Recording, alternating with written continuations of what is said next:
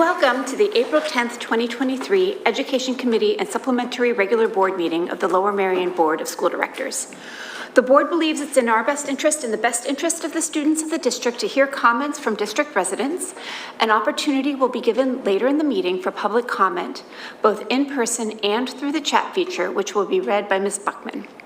This meeting is being live streamed and video recorded with sound for public broadcast. All participants joining via the webinar will need to use the chat feature, which will be enabled during audience recognition. I also want to note that Dr. Zotner is joining us via the sky, via conference. So first on our agenda for this evening is I just wanted to give a brief update on our superintendent search. As you may remember, we hired Hazard Young, Adia and Associates in March to help with the search for a new superintendent of schools. To that end, they have provided us both a leadership profile assessment and desired successor superintendent characteristic documents. These documents were created based on data obtained from the input that the HYA consultants received when they met with individuals and groups in either individual interviews or focus group settings. And from the results of the online survey that was completed in 2021 by community stakeholders. The surveys, interviews, and focus group meetings were structured to gather input to assist the board in determining the primary characteristics desired in the new superintendent. In addition, the stakeholder interviews and focus groups collected information regarding the strengths of the district and some of the challenges that it will be facing in the coming years. Just for some background, the interviews and focus groups included the following groups: the board, administration, both at the building level and central office, faculty, support staff, parents and guardians, community members, and high school students. The input was based on this, for each group was based on the same set of questions centered on challenges and strengths of the district and on the characteristics and skills desired in the successor superintendent.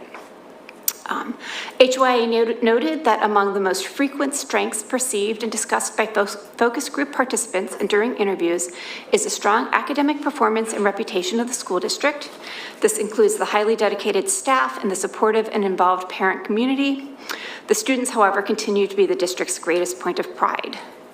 The challenges and issues facing the district include a desire for stable leadership to address concerns with delays in decision-making regarding academics, student and staff supports, start times, facilities, curriculum, and equitable financial allocations.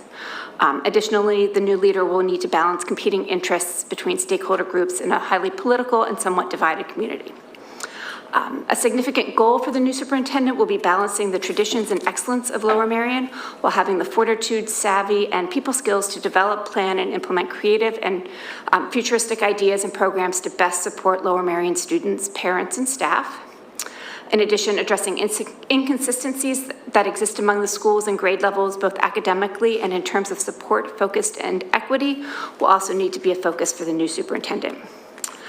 There's a collective desire for an experienced, visible, engaged leader who is innovative, transparent, collaborative, student-centered educator who has a long-term commitment to creating the best possible learning environments for all students in Lmsb. Together with HYA, the board intends to meet the challenge of finding an individual who possesses most of the skills and character traits required to meet the needs of the district. The search team will seek a new superintendent who can work with the Lower Merion School Board to provide the leadership needed to continue to raise academic standards and student performance while meeting the unique needs of each of its schools, communities, and each student. So thank you to all the participants who attended the focus group meetings. The full leadership profile report and the desired superintendent successor characteristics document are in board docs tonight, and they will be posted on the LMSD website in the next few days and are also currently on the HYA website. Bill Adams, who is our primary contact at HYA, noted that there are already a number of applications submitted, and they're also currently reaching out to any of the individuals or all of the individuals whose names were offered by stakeholders during focus groups and interviews.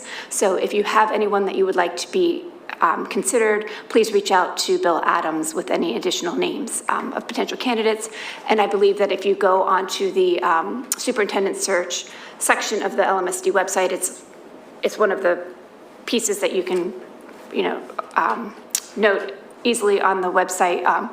Bill Adams's contact information is there. So that is a quick and brief update, and I'm going to pass it on to Ms. Schaefer. All right, thank you. Good evening, everyone. Exciting to be back from spring break. Welcome back, everyone.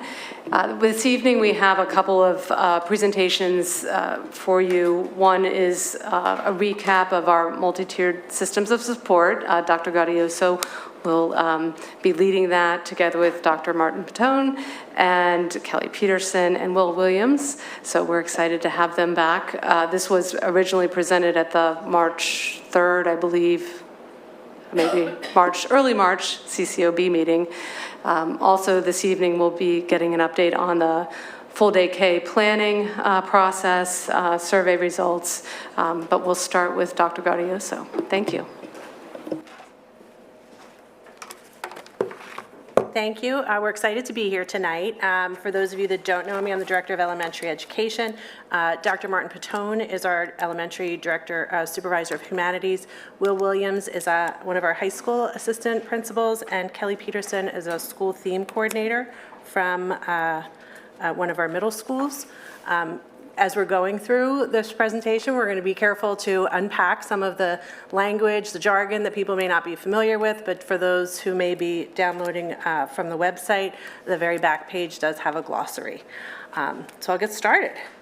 So this is an update on multi-tiered systems of support, or MTSS, and you're going to get to hear some examples of what this work looks like in the district and what may be next as we grow. So first of all, what is MTSS? It's really important to understand that MTSS is a framework or a way of organizing our efforts and our thinking about the systems that support students. So in particular, it is a way of working as a system that supports the whole child. And that is our why. MTSS supports all students. You can see the umbrella there. And under the umbrella of MTSS includes academics, it includes social emotional learning, it includes behavior, and it really brings teams together with a whole child focus. And when we think of MTSS as a framework and the teams and the participants involved in working with MTSS, we're all part of the system that makes up MTSS as we support students in various degrees or tiers of support. Some of the elements that make MTSS work include strong engaged leadership, and for that reason, the beginning of our work started with our leaders, and that includes our principals, some of our building leaders, some of our leaders who are here tonight. It includes evidence-based practices, data-based problem solving and decision-making, layered or tiered continuums of support, and student, school, and community engagement. So you'll get to hear a little bit about that tonight. So the understanding of this as a framework makes it really critical to understand that MTSS is not a program that students enter, it's not a place, it's not a particular resource. It is a conceptual framework where we are tying together aligned efforts. And it begs the question, why a framework for things already done? We already have academic support for students. We already have behavioral support for students, social emotional learning support, and of course regular ed instruction and data practices. So the idea of a framework that is making us more effective, efficient, coordinated, collaborative is at the heart of this, where instead of having silos of support, instead of having teams that are doing parts of the work of supporting students and then having to coordinate their own alignment, this takes us into highly integrated teams committed to increasing our own effectiveness, the greater collaboration as a result, more fluid internal coordination, better supporting students and increasing outcomes. So it really is part of bringing us together as effective teams, more effective teams. It's actually been really engaging and exciting to watch us grow. So strong and engaged leadership is at the heart of this, and when we're thinking about how we anchor that work, it's anchored in our Lmsb priorities. So at the bottom of our pyramid here, safety, equity, inclusivity, and belonging. We're committed to every student feeling safe, feeling included, so that they feel comfortable and part of a learning environment and can be successful. Also directing our work is our strategic plan, All Forward, and all of the pillars and priorities within that.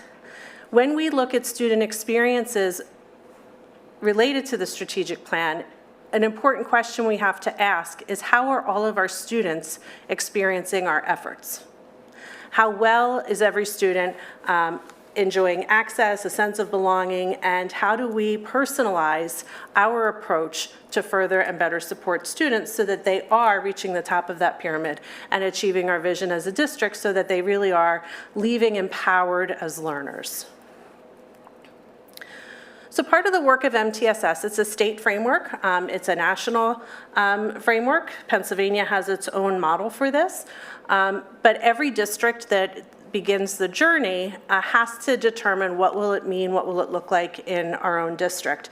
So at the beginning of this work, we had our teams, our leadership teams came together and worked with our consultant on what is our vision for the work, what will MTSS mean for us. And you can see some of the bolded words here were key ideas that resonated across our team of principals and academic council. We wanted our teams to be empowered. We wanted shared responsibility where we all take ownership for the success of all students. We wanted our data and our use of data to be meaningful. We wanted a whole child focus. And as we talked about what is it going to look like, how do we define it, you'll see those words again, team-based, equitable access for all students, aligning our differentiated supports and pathways for success. So this is part of our guiding vision for this particular work.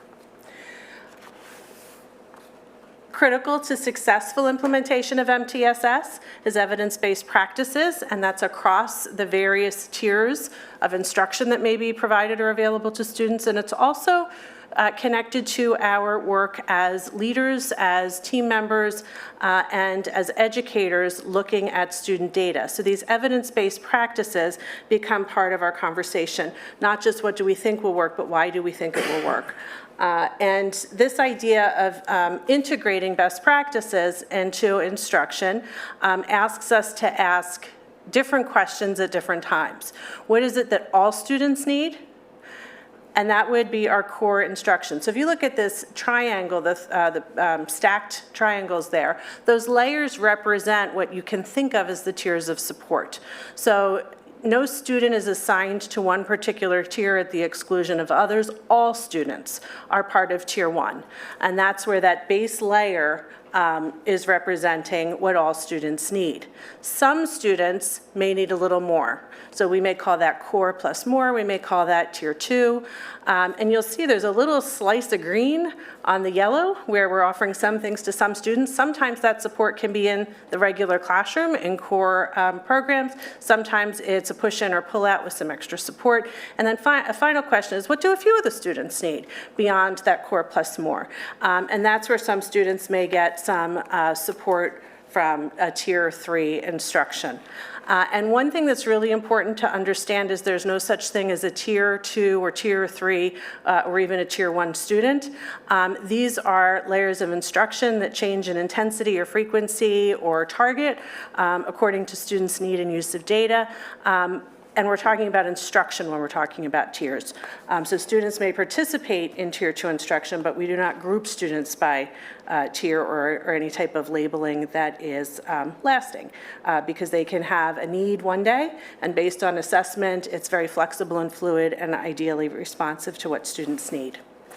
So one thing that's important in the goals that we set for this year, our goal this year was to look at something called team-initiated problem solving. And we thought it was really important to start with data because the data tells us where our students are, how they are experiencing the current learning environment.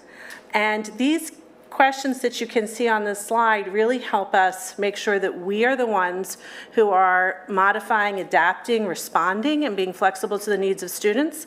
And we're looking at what is it about the interaction of the curriculum and the learner, the instruction and the learner, the environment and the learner that we should be altering so that students experience more success and can grow. And you'll also see the other red bullet, what supports do staff need? So in looking at how our teachers and our data teams and the various teams and PLCs or professional learning communities are working with data, it gives us an opportunity to ask how do we support teachers with resources that they can better support students with.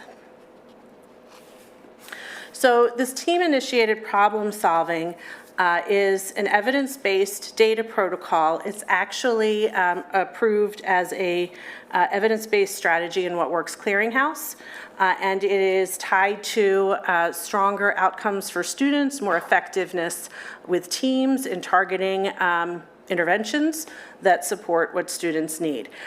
So it really allows teams to be more effective and efficient. And starting there helps us also to ask the right questions of instruction, asks the right questions of curriculum in order to make sure that we're providing increased layers as students need them, but also really looking at how we're delivering what we're trying to offer and how students experience that. Here's another image that represents that TIPS process, and what's really important to remember is it's team-initiated problem solving. So if you're familiar with action research or an inquiry cycle, the team-initiated problem solving cycle is very much like that, where we are asking questions of the data and working through hypotheses that are data-based for action designed to solve a particular problem. It includes progress monitoring, and teachers are asked to be very precise with identification of the problem, and in that way they can offer an appropriately targeted intervention to support students. So this data-based problem solving and decision making, we're going to talk through a couple examples of what that looks like at the various levels. So in the elementary schools, there are a couple cycles of teams that work through the team-initiated problem solving. One might be an elementary data team, and this would be a data team that is looking at the elementary student performance as a building. They may be a grade level PLC where you have a team of teachers. A PLC is a professional learning community, and that tends to be made up of job-alike teachers who are teaching the same content on a team, and they would be looking at the success of instruction, the needs of students, and their needs to adapt or design targeted instruction or support for students. And finally, as teachers are providing and planning those interventions, they come back to the data team with conversation and progress monitoring on how did that go. So those groups on the left that show the cycle of some of the data teams, if you follow the arrow across the bottom to the gears, and it's all anchored around that TIPS process, which is represented by that inquiry process in the middle. The gears, you get to see a couple of the ways that people use the data to support students. It could be in Tier 1 or core instruction. So teams, grade level PLCs may look at how did students perform on an assessment, what are the needs of the group, what do all of the students need, what do some of the students need, what do a few of the students need, and they may look at Tier 1 support in small groups in the classroom. They may also look at grade level win time. So this is an example of those cycles. Part of the conversation is really looking at interventions and how they're tied to core standards, how they're prioritizing access to core, and how we're developing shared responsibility as teams to make sure that we're supporting all students. So this is a simplified view of the steps of the process teams are working through. They're using data about student learning, student learning information, student performance data. They're asking questions of that data. They're developing a precision statement that helps them to identify any challenges or needs the students had with learning, the learning targets. They reflect on why that was. Do they need to go back to instruction? Do they need set specific goals for the group? And then how do they improve that? You can see here there's a quote from a first grade teacher, which was really exciting. The teachers are feeling empowered as they go through this and taking ownership. So the first grade team, in learning this process through the facilitation of our instructional support teachers, started to take ownership and were planning their own next data cycle, which was really exciting. So let's just see that quote. They're pretty proud of what they've accomplished, and they're owning and planning their own group interventions. So this is an example of what the team-initiated problem-solving form looks like. In elementary and middle school, we've started with the Tier 1. The idea is that we want to leverage access to Tier 1 and do everything we can to identify, eliminate, reduce, prevent gaps from emerging. So we really look at how are students experiencing core instruction. This problem-solving form is useful for helping teams follow this evidence-based process. And the closer they are to fidelity with the process, the stronger they are to aligning their outcomes, to improving the student outcomes, and really aligning the interventions to the identified need and that precise problem that they have worked together to name and research and work with our supervisors and coaches and specialists on what is an appropriate intervention. One other benefit of the form, since everyone is using it, it also gives us common language for our practices K-12. Additionally, it helps teams hold one another accountable for adhering to an effective practice. So when teams are at the end, one of the reflection points is, how well did we do with this today? And it includes front-loading, what are the assessments we need to look at? What did students just learn? How did they perform on a recent assessment? How do we support them? So these are some of the tools that the facilitation of which help the teachers to really make sure that we are asking all the right questions of instruction and curriculum. One thing that's really important and to remember is PBIS is also a part of MTSS, and you saw that in the opening umbrella. And while we're talking a lot about some of the academic issues, you'll hear some of that today as we're talking through use of data. PBIS includes social emotional learning and behavior, and we have Tier 1 programs and practices in place, and all of our teams include that at the table when they're talking about student progress and performance. So if you think back to those puzzle pieces fitting together, during a TIPS or a team-initiated problem-solving meeting, the teams are able to talk about the whole child. They're able to talk about any needs for additional support for a group. They can look at behavior in a cafeteria and talk about, should we do an interactive modeling of what behavior should look like. So it's really getting to the teaching and prevention and culture and community building part of social emotional learning and behavior. It also includes our responsiveness to student needs for learning and looking at behavior as that teachable moment. And we have, our teams are also engaged with both responsive classroom, which is a lot of the prevention and community building, as well as the restorative practices. So the folks who are at the table during a TIPS process include the school counselor, it can include the social worker, it can include the instructional support team teachers at the older grade levels. It may include a broader representation of teams, and you'll hear some of that. So it's a part of MTSS, and we've dipped our toes in some areas of Tier 1 this year in terms of articulating and aligning our practices. And as we continue to grow, we'll be moving, we'll talk a little bit at the end about, where are we going next. So I'm going to invite Kelly Peterson to come up. Kelly is a school culture coordinator at one of our middle schools, and she'll talk a little bit about what this process looks like there. Thank you. Thank you, Dr. Gaudioso, and hello to everyone. I'm really excited to have the chance to speak to what's happening at the middle schools throughout the district, and I'm really here on behalf of several of my colleagues to share the amazing work that's happening. So as Dr. Gaudioso said, I'm the coordinator of school culture at Black Rock. This is actually a more recently created role. At the middle school levels, we've strategically created a coordinator of student interventions and a coordinator of school culture. And it's really with this goal of bringing MTSS to the middle school. The coordinator of student interventions is a little bit more focused on the academic side of the interventions that we're seeing.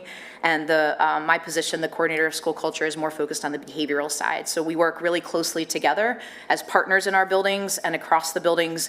And of course, members of that larger team working very closely with our administrators, our amazing, school counselors, our social workers, our psychologists, our teachers, and so many more, our nurses. So really bringing everyone together in this process to make sure that all of our students can meet success and looking at the whole student.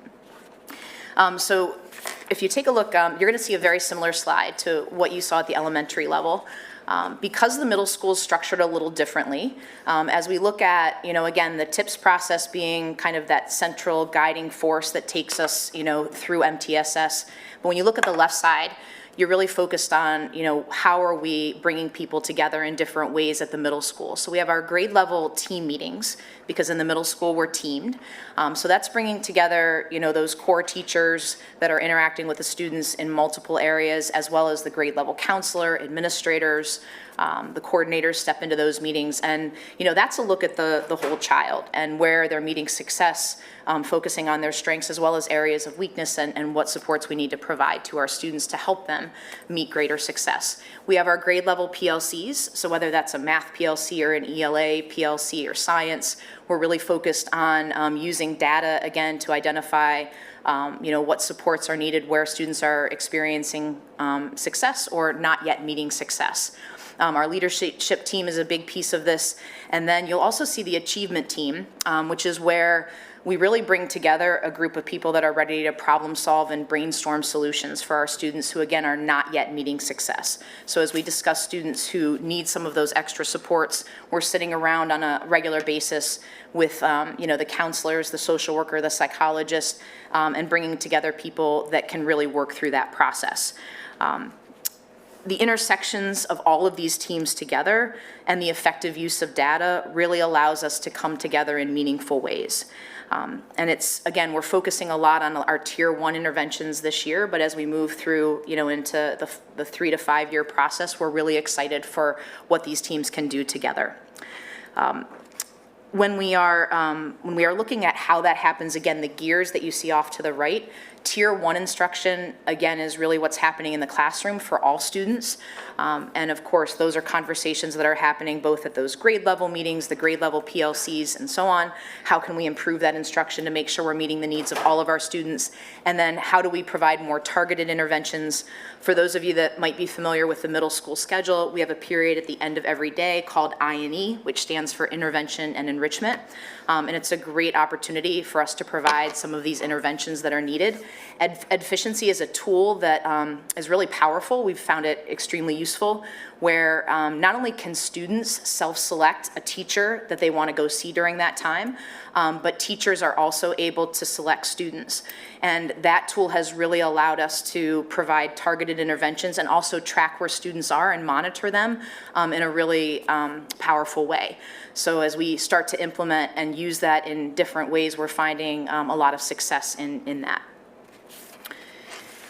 When we think about some examples, specific examples, so again, we're focused a lot on Tier 1. So in the previous slide, you saw how the cycle helps teachers to refine their classroom core instruction to support learning. But as we review data and we have discussions about student concerns, about what we're seeing through classroom observations, we often think about, what is it that's not happening at the classroom level and that Tier 1 instruction that we need to improve? What supports and strategies and resources can we provide to our teachers to help them? So what you see in this slide on the left are top 3 priority strategies that we wanted our teachers to focus on in the classroom, where we felt it would really benefit the greatest number of students. And you can see the 3 that are provided here of clear directions, monitoring, and reinforcement. And this is just an example of a resource that was given to our staff members, to our teachers to, again, support what they're doing in the classroom so that the Tier 1 instruction can be consistent, that consistent messaging, and really using some of those most powerful strategies to help support our students. And when you look on the right side, you're seeing some of those Tier 2 interventions. And again, that's really what we're looking to build in the coming years. But again, providing more targeted interventions that will support our students, again, as we're looking at what is needed by all students, what's needed by some, and then a few. So that's what you're seeing in terms of some examples. And finally, looking at the idea of academic interventions as well as behavior interventions. We all know, which is so important, that our students, in order to meet success, have to feel that sense of belonging. They need to feel safe. They need to feel connected. And that's really a lot of our work that we're doing on the behavior side of things. So our focus in this area is really to be proactive.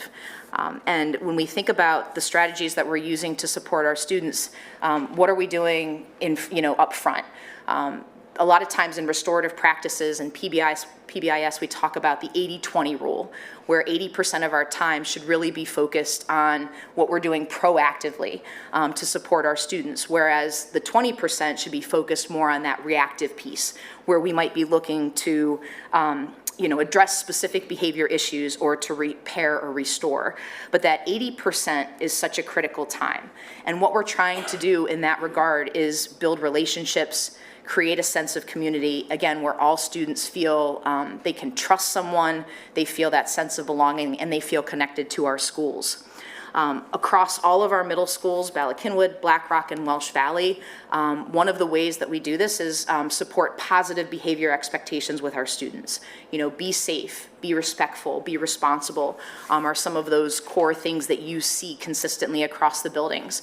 Ballackinwood has kind of adapted that a little bit into Pillar Pride, but you again see that consistent messaging. And what we do with that, of course, is we explicitly teach these skills and model these behaviors that we're expecting of our students right from the beginning of the year. And that could happen from a large group like expectation assembly, that might happen through posters or consistent messaging around the building, classroom-based or community meetings, and then also small group and those targeted supports where we always go back to those consistent expectations. Teachers, of course, are encouraged to use these same expectations in their classroom. So students are thinking about, what does it look like to be safe in the cafeteria or the dining hall? What does it look like to be safe in a classroom or a hallway? And we're using that same messaging throughout the building. And of course, at the start of the school year, we do a lot of teaching and modeling, but this is something that's consistently reinforced and reset throughout the school year. Social emotional learning, as Dr. Gaudioso spoke about, is also critical, and we do a lot to address this within the middle schools. Whether it's a targeted lesson that we're doing or whether teachers are just integrating it into their core instruction, we're really trying to build students' skills of self-awareness, self-management, social awareness, their relationship skills, and of course, responsible decision-making. When we think about restorative practices, these are some examples of ways that we're interacting with our students to build that sense of community in our classrooms and also, kind of get to the heart of that reflective process when things aren't going well or students aren't being successful. We have, morning meetings for our lower house in our buildings, so 5th and 6th graders participate there. We also look at using that I&E time effectively to deliver a lot of our social emotional learning. Our counselors are critical in this role, of course, offering lunch bunch opportunities and small groups to really provide some of those proactive supports to our students. And again, these elements of these positive behavior systems are not just happening, one time, it's consistent throughout the year. At the heart of that, just like when we talk about academic interventions, data is critical because it really provides us with the information that's going to inform our actions moving forward. So we do look at the data of, where are some of our behavior referrals coming in? Where are we seeing some of those areas that are of concern, and what do we need to do differently? What do we have to do in terms of the whole system, how that's functioning, as well as the design of individualized supports. So it takes us back to looking at what are the supports needed for all students versus some versus a few. And that brings together, just like with our achievement team, it brings together our teachers, our administrators, our social workers, our counselors, and all of those people that can play some critical roles in being part of the problem-solving process. Finally, one last thing I want to highlight is across all of our middle schools, we also want to find ways to celebrate our students and the amazing things that they are doing, to acknowledge their hard work and their efforts. So we see a lot of things like sending positive praise postcards home to students, building positive incentive systems within the schools, team awards or team shout-outs to recognize individual students or groups of students, and then of course meaningful ways to build community, whether it's like spirit weeks or school-wide celebrations, just again trying to give students that sense of belonging where they're having fun coming to school and they're feeling connected to their community. So thank you for your time and attention. I'm going to turn it over to Will Williams, who's the AP at Harriton High School, to talk a little bit about some high school examples.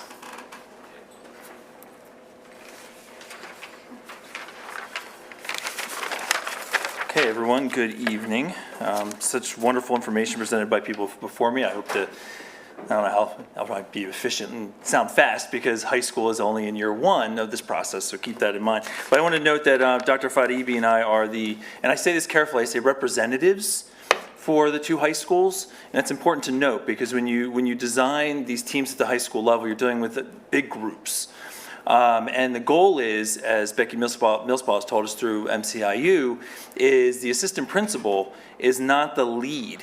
You are one of a group of part of MTSS of your achievement team. That's really important to kind of note because a lot of people will turn to you. So one of my goals this year, I know it's the same thing for Olafemi over with Lower Marion High School as I'm at Harriton High School, was to make sure that the team understands that we want to have a facilitator, and as an administrator, your support for anything related to that, you become that support, but the lead is the team in front of you. You are one of the team. So when there's issues that you cannot claim to have all the answers for, that you turn to the team and you're one of them. And that's something I know that, at least through Harriton's lens, we've been really trying to build this year in some ways. So let me flip there.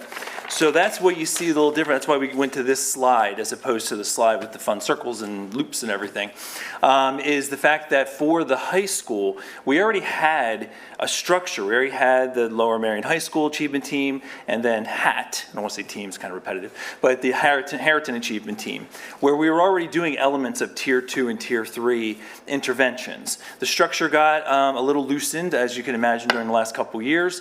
So one of the things that Dr. Fadibi and I wanted to do is to reboot, tighten up, use the language, use the wording, reset what we want these achievement teams to be, which was perfect to start with Tiers 2 and Tier 3 because we already had a structure. We just wanted to make it with the language that we're now infusing through MTSS. So that's where you see the arrows with the few and the sum, because our primary focus is to get the Tier 2 and Tier 3, the sum and the few, in a really good structured place with common language, so that when we decide, we are already in the process, but when we start talking to the teams and eventually the school at large, that we've been dabbling that already through some faculty meetings, with how Tier 1 can operate, it does come off structurally a little different than the other levels. The important thing is the common language, and that's something I really want to reiterate. And when you look at that circle, you see that's carrying through all three levels. That's a big piece of difference between middle school, elementary school, and high school, is because high school is literally in year one, and that's something we have to keep in mind. So you see here, this is, again, the fun structure here, where one thing to consider differently is you notice that data team is at the top. Data team and achievement team are two separate entities at the high schools. So one of the big goals this year is to get those two groups really collaborating in a much more focused way. And we've been working on that through, again, the common language, common goals and expectations. So data team's number one focus isn't primarily always on keystones, but all the data team needs throughout the whole building. So that was the goal of the two teams working together to try to make that language work better.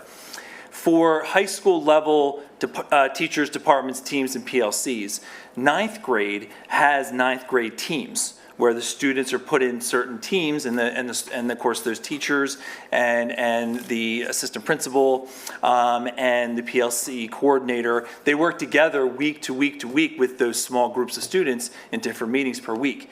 But once they leave ninth grade, you have grade level, subject level PLCs. And that is probably, if you see the data team to achievement team to there, that is the real work, is utilizing not only Tier 2 and Tier 3 to get them to understand the common language, so when they submit a referral, we can see how they're utilizing that language for a student.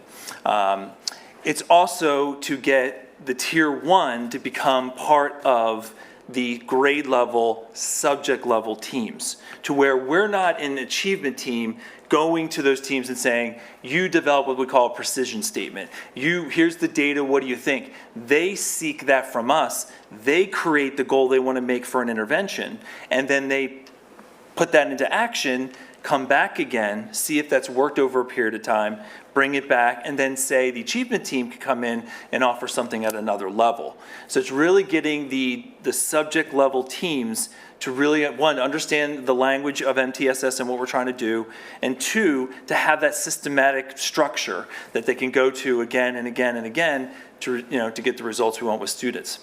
So if you see that arrow going to the right, these are part of the tier 2, tier 2 and tier 3 aspects that are already occurring. So looking at improving effectiveness in processes of lunch and learn. So lunch and learn, as you know, learn 1 or learn 2, the student can have lunch, and then the other learn they can meet with a teacher. Well, we have processes in place where they can go to a specific teacher through HAT, the Heritage Achievement Team, or they can go see a counselor and then work that way through a scheduled meeting. So that's one of those interventions we can do with lunch and learn that becomes very effective for those students.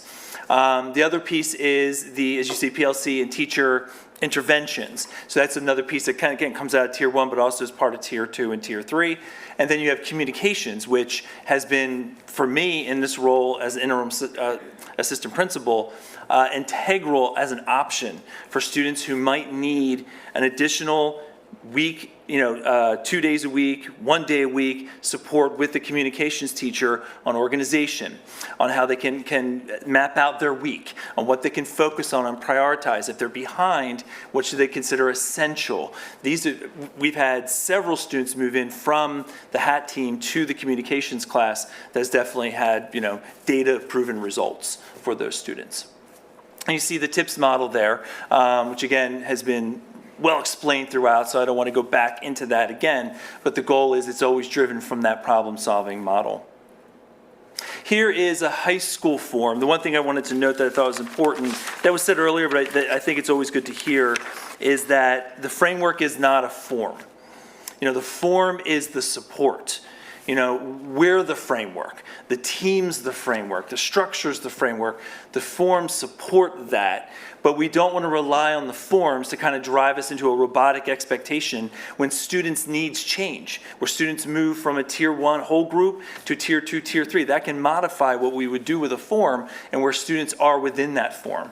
So I always keep in mind, because when I work with the HAT team over at Harriton, they'll often say, well, what's the form going to do? How are we going to utilize the form? How's the form going to change things? And I'm always pushing back and saying it's a process. The form's a support for the process. So that's just a kind of change in mindset that we're trying to work through this year in year 1.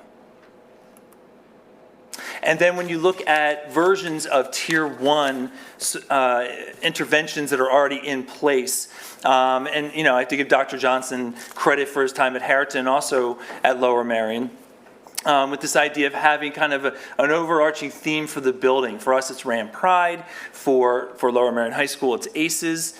And just say for the 9th grade, like 9th grade teams, they will create a letter.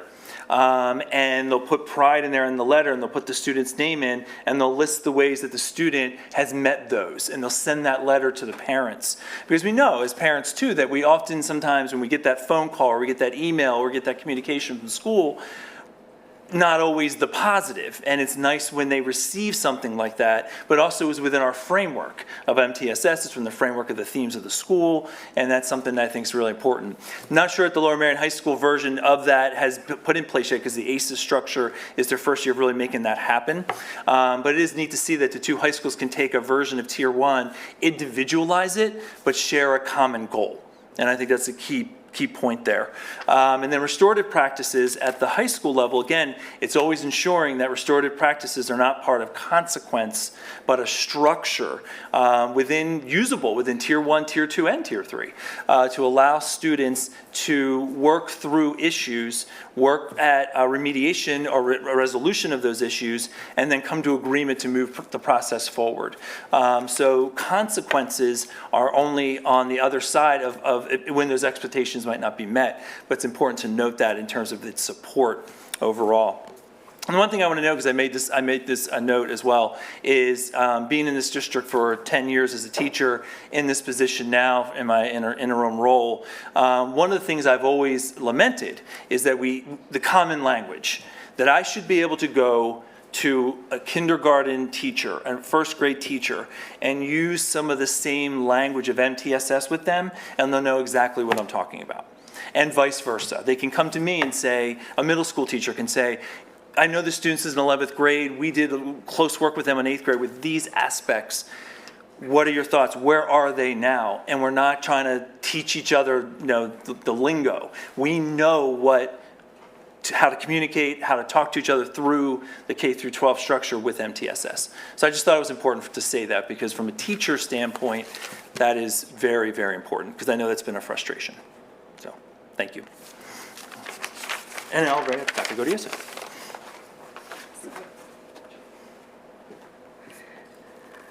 So those are a couple examples of what the data practices related to team-initiated problem-solving look like in the buildings. One of the other really important elements that you have heard about is Tier 1, Tier 2, Tier 3, and this idea of a layered continuum of supports. You should have also heard a lot of team-initiated collaboration, and it really is grounded in stakeholder involvement, and Dr. Martin Patone is going to be a little more specific. You kind of had a high level with the framework. She's going to give some specific examples from the curriculum, but I just want to give a lot of credit to the stakeholder building work that she has done across teams and grade levels that's representative of what all our supervisors are trying to do.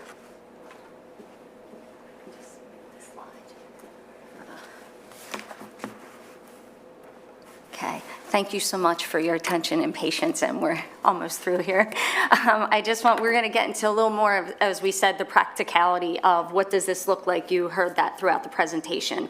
In terms of curriculum and instruction, we are building the infrastructure, and there's a focus on a strong core program in Tier 1.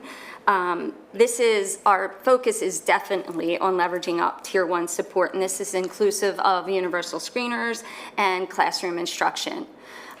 We moved towards math screeners this year and into next year, and we implemented the Foundations program as one of our programs in Tier 1. We also reorganized the utilization of our literacy specialists to have a push-in support in addition to a pull-out support, so that also leverages up our Core 1 instruction. So the example you're looking at right now is a schedule articulation. One of the things I want to point out is the color coding. It is purposeful. It matches up with the tiers of support, tan being Tier 1, blue being Tier 2. There isn't any reflection of Tier 3 on this schedule articulation. The areas where you see those colors allows you to, and a teacher and a building administrator, any member of our team, to see where can we provide the push-in supports necessary, if necessary, and when would we be able to pull out for Tier 2 support, if necessary. This way we can ensure that students aren't missing any core instruction. The other part of the scheduling articulation allows us to be more efficient, effective, and equitable in terms of our resources, including our personnel, as I just mentioned, and also our programs and our time. Although this is given in this schedule, it doesn't mean these things happen in that sequential order. Morning meeting is definitely the beginning of each day. It was mentioned earlier in the presentation. It is where our students learn to build relationships and build community, and we establish a safe place for learning. That is not just happening in the morning, it just sets the stage for the day. As you noticed on the left, there are times delineated for certain areas of ELA instruction and learning. These times are for fidelity to the programs and the resources for the learning to happen, although there is some fluidity in terms of decision-making with, for instance, Haggerty, phonemic awareness, and the decodable readers, which can also happen during guided reading station or in the WIN time. This also shows that we want to devote our programs to hit all the areas of literacy and provide additional time in WIN that is devoted for that intervention or possibly enrichment time, as you also heard mentioned for the middle school example. This is an example of our emphasis, re-emphasis on formative assessment and immediate feedback. So we're not waiting, it's in the moment. And it isn't about one assessment, but it's about multiple assessments to show growth over time. And the one to the left is focused on the standards that were taught during a specific unit and where students are in their progress towards proficiency in those standards. To the right, actually these documents are on our shared Google Drive for supporting instruction, is an I can statement. So serves as an instructional checklist and also a conversation point with students to say, I can do these things that are associated with a standard, or where am I in terms of not yet, but progressing towards that standard. The academic intervention, this is a sample for grade K. I mentioned universal screeners, and again, the colors associated with the tiers of support. Across the top is all of the core academic instruction and included in kindergarten early language intervention. We then provide universal screeners, and there's this if-then decision-making rules. So if a student would have some issues in terms of the assessment with concepts of print, then here are some things that we should look at and monitor or try to implement immediately to see if we're able to get that layer of progress or possibly something was missed. Blue would only come in if it was in addition to, and we wouldn't go there until we've tried all those things in the then area. Prior to moving on to the next slide, I just want to say I want to give all of the teams and teachers credit in terms of this was a coordinated team effort, those documents that you saw previously. When we talk about change, it always is, so what does this mean for me? And we want to honor the multiple perspectives. So from the student lens, students are able to be involved in different learning groups. They may have different teachers coming in at different times to push in and work with small groups and have those collaborative conversations and elicit higher order thinking through their questioning that they may not have seen previously. The family lens, you may hear students talking about having teachers push in or working with different groups in these collaborative learning experiences. You also, the previous slide where we talked about that immediate feedback and more than one data point will be part of the family conversation and things that you will hear more often moving forward. Lastly, the teachers are now involved in the TIPS process, and they have an instrumental role in the problem solving when we want to talk about data, qualitative and quantitative, to discuss what are our immediate next steps. And the improvements in the curriculum articulation and strengthening instruction and team decision-making, teachers are essential and crucial to that process. So with that, I will turn over to Dr. Godioso. So just to go back to our big picture goals for the year, the one you heard about a lot was the team-initiated problem solving. And, I just give credit to the many folks involved in learning that. We had all of our principals part of the training and assistant principals, and they've been leads in their buildings and really have taken ownership of this, in addition to our building leaders like our school culture coordinators and our instructional support teams, and at the high school assistant principals, really trying to lead that work so that we become highly effective, integrated, and collaborative. We want to continue to build the supportive infrastructure. We have great things happening. We have really dedicated teachers, and they've been doing great things for students, and we want to just continue to build that infrastructure so that great work is articulated and aligned, and we continue to improve it. And we want to continue to coach those building and data teams to be more effective on behalf of students, and we'll continue to build principal and team leaders. And this year, another focus is really making sure we're very clear on why we're meeting, why we're looking at data, so that teams are, we have that tendency, to focus on big data in education, and we look at PSSA scores and keystones, but really looking at the everyday learning information that student performance gives us has just been part of bigger data team conversations, which is exciting. So that'll continue this year. As we move into next year, goals for next year will be set at the end of this year by our district team, which represents stakeholders from each of the buildings, and we'll work in consultation with our consultant and with our own leadership team. The idea of this curriculum instruction infrastructure, the estimate is it takes 3 to 5 years to fully develop and implement a highly effective MTSS framework. Elements of it that we would be moving into next year would include some professional learning to support tips or team-initiated problem solving for the teacher level professional learning communities. Right now, the training in that has really focused on our leaders, and teacher job embedded learning has taken place as teachers have experienced other people facilitating those sessions. And as Will Williams was saying, it's not about the form, it's about the process. But the process, we know that we want to have fidelity of implementation because it's highly effective. So classroom teacher training will continue.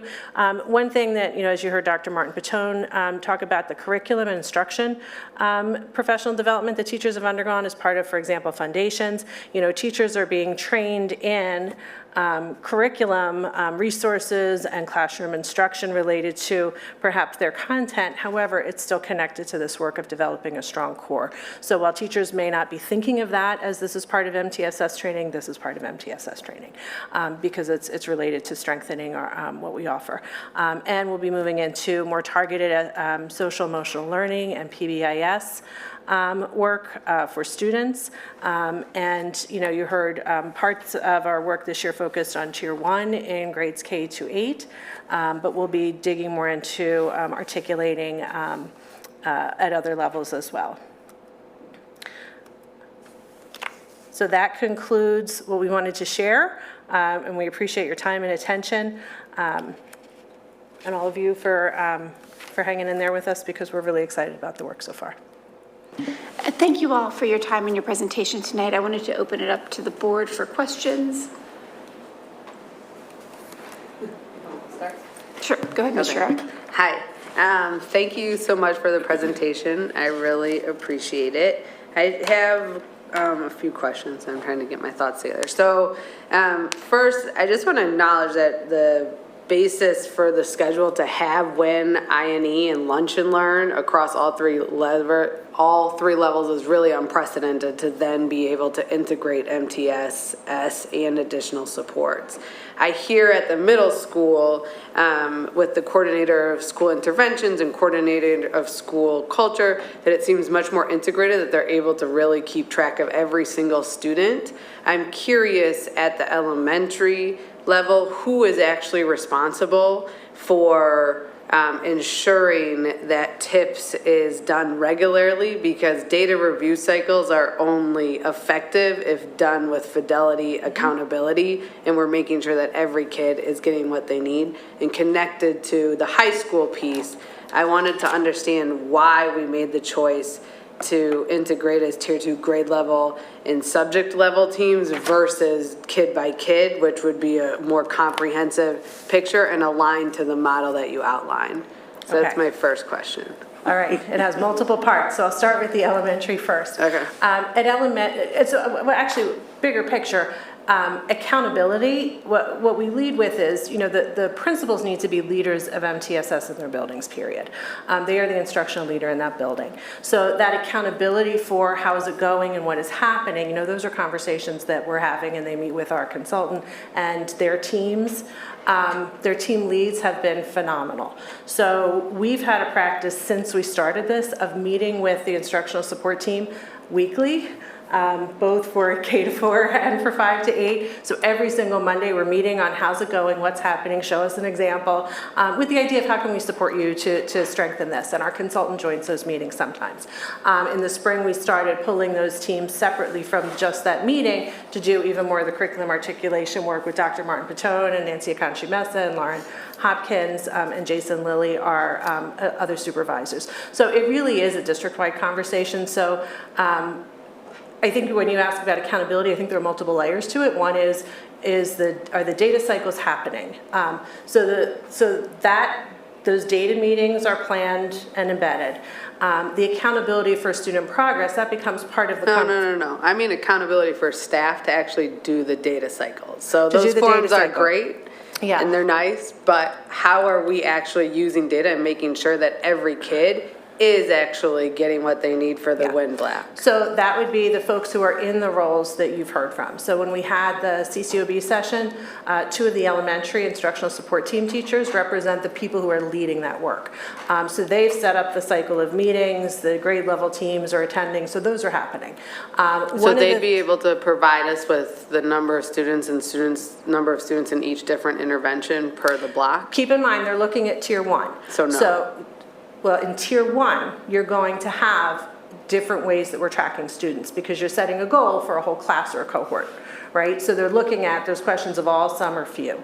If we're looking at monitoring student progress, that's another layer of accountability. And just for understanding data warehousing practices, Illuminate is a new tool, right? So we've had WIN, we've had literacy support, math support, and we've had specialists who have been providing interventions for students long before we started MTSS, and they're responsible for progress monitoring. Some of that data has lived in places like Dibbles, where it's lived in like our DRP, cloud-based programs, and then we pull that data when we're having data meetings.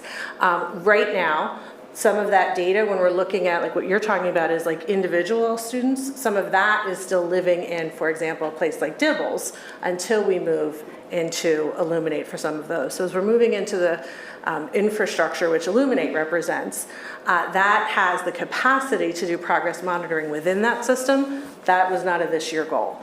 It really was getting effective data practices in place, keep storing your data where you're storing it, have your data meetings about that data, and they maintain the same accountability that they've had for that, where they're looking at an achievement team. These students who've come up for team and been recommended or referred, we're looking at how effective is the intervention, and the teams have that particular question at the team level. Now, if we're speaking specifically of literacy or math, that would be something like the literacy or math specialists could speak to with their specific caseloads. So right now, it's not universally housed in our data warehouse, but it will be. Okay, I have more questions on that, but I'll leave it. So can you answer the second part on the high school, why the decision was made the why, to do? so in working with our consultant, one of the really important things we wanted to recognize is the high school was coming to this work for the first time this year. So they went through the training, and our consultant talked about how 2 things. One, the PLC structure was ideal for working with data, working with the TIPS process, but the achievement team was already in place, and finding an entry point into the work was part of the goal. So where is the place that makes the most sense to start an entry point?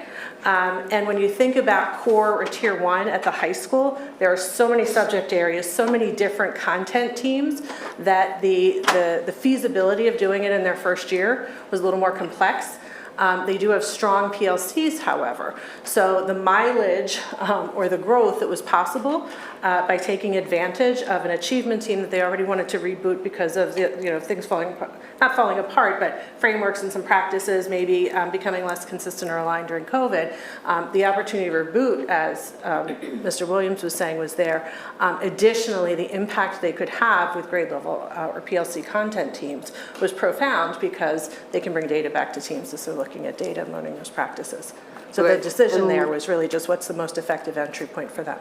And long term, is it to move to the true model of MTSS, or you're going to keep the structure as is?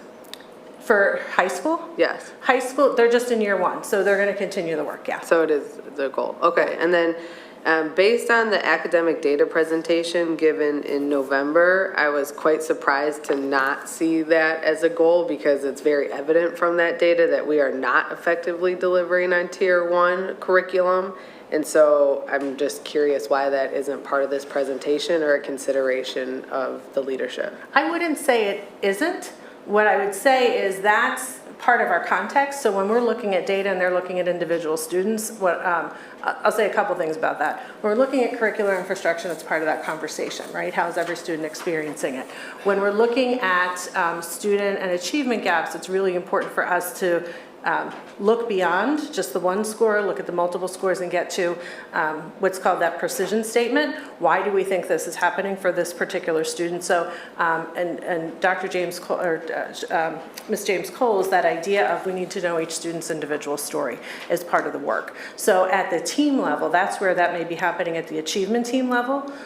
So it wouldn't be that it's not a goal. Like when you think about the TIPS process, the team initiated problem solving, it's all about effective use of data, and it's all about looking carefully at students' precision statements on the why, and then looking at our effective response to it. That would be embedded in these processes. So the idea that we looked at a couple different models when we were looking at data practices, like the Harvard, the DataWise project, their partnership with the Boston schools. The reason this one was selected was it is evidence-based and it will make teams stronger. And when we look at something as complex as an achievement gap, trying to make sure our teams really have a solid approach to speaking to data, working with data, was something that we're really committed to. So that is part of our why. It just doesn't have a new part of our presentation, but it's embedded in all we do. So two things. I wasn't only referring to the opportunity gap, which is the evolved language on racial disparities in data. So that's one. Two, I was speaking to the gap across grade bands, multitudes of levels, and the drop in the national scores that mirror our district. So I'm just surprised and would like to see more intentionality around MTSS being used in our tier 1 supports to address those very real issues that we continue to skate over as a district in every presentation about curriculum from my purview. So Dr. Martin Patone presented more language arts examples because she was giving the elementary example. Nancy Akanchi-Mesa has been working with her teams, and what I will say is, in terms of looking at student data, I mean, down to the student, when we're looking at students and data, they know their students and they're unpacking that information. Additionally, part of what you heard Dr. Martin Patone talk about was moving into a universal screener for math, and those decisions have been made with the commitment to address some of what you're talking about. We just happened to pick the language arts to highlight. Ms. Garrison? Thank you for the presentation. I was just curious. I was looking at the intervention sample for kindergarten, and I was curious how many students, or what percentage of our students that come in kindergarten need intervention? Off the top of my head. I mean, just a ballpark. I think because intervention can be so varied, you have students with just different, rates of retention, different needs day to day, that, intervention is so broad, it really could be. Okay, how about I flip it? How many students don't need any intervention? Yeah. So, just to answer a couple of the questions, in terms, not as many as you would think. There is definitely, as soon as they come in, we provide the screeners, and there's kid talks at orientation and so forth, so that we have multiple, if you're not aware, the DIBELS, the Amplify screeners for different areas of literacy. So we can immediately, those if-then is, if we see this, let's immediately start working with those students and give them the support they need, because we don't want to hold them back. To your point, we want to get there right away in literacy while they continue to learn all along the way. So the percentage isn't as great, it's not that big. However, any is big. So Right, but like I really want a number. well, I don't want to misquote a number and give you a statistic that's inaccurate right now, but we will absolutely note it and can get back to you in terms of the percentage based on our screeners of who requires that immediate intervention. We can do that, but that may be different per screener. So that's why. Okay, like just for example, the DIBELS test, as I know what that is. So we have letter, name, sounds, you have the word recognition, there's Right. multiple screeners. So it would depend on which screener, which percentage of those screeners. So overall, what we look at and say, based on these screeners, we have the criteria in terms of who needs additional support, in terms of, in all kindergarten classrooms, we have the literacy specialists push in regardless. So they're getting that support. This, to your question, Anna, just began this year. So you're not going to see immediate results. We are seeing immediate in the classroom, but in terms of that state data, it takes a little bit of time to trickle up. But these are the things based on that data that we're implementing right now. So there is that interventions. So we can give you discrete percentages per assessment because that's in our Dibble screeners data and it's housed in Amplify. And how do we engage parents once we have that data? Are the parents notified that this is a challenging situation and how they can support their child at home so they can get out of the intervention? That's a great question and awesome, always part of the conversation. So if it's in the core instruction tier 1, that happens immediately. We don't even have to notify parents, but it is communicated that, hey, we're noticing some of these strengths and needs, and here are some things we're doing in the classroom. And the other part that's really vital is, and here's what we're going to do to monitor that progress, and we're going to come back to you in a few weeks and let you know how your student is doing. Here's some things you can do at home, and that would be the classroom teacher, to your point, to communicate that. So these are all things that, when we say leveraging up tier 1, that are crucial, and we're revisiting and emphasizing all through this year. So that is a crucial piece, that communication. Terrific. I have the same question, though, for middle and high school. Like, how many kids need this extra support? I know you can't probably answer that question, Well, but... I work with K-6 and K-8. I work with the IST and CSI, who are so I can answer it to this degree, that we right now are looking at transitions, the transition data in terms of, I'm meeting with high school and middle school literacy specialists and elementary. So we are looking at, here's all our data points and the different data points for different purposes. What supports are needed, and there we fill out spreadsheets. We're looking at these students now to get, in terms of 4th moving up to 5th, and then 8th moving up to the high school. So these are ongoing conversations. Actually, we met before break, and we're going to meet again this Friday in terms of that data. And I was actually just discussing with Will in terms of we are leveraging up tier 1 because that is your tier 1 conversation, because as 8th goes into 9th, it's do they need co-taught? Are we providing them a class right away? And here's the data points. So although we do have this time frame 3 to 5, we feel your sense of urgency, and we are in the midst of having these things happen in the moment. And parents are also being, invited to that conversation, to the table with their middle schooler and their high schoolers as well?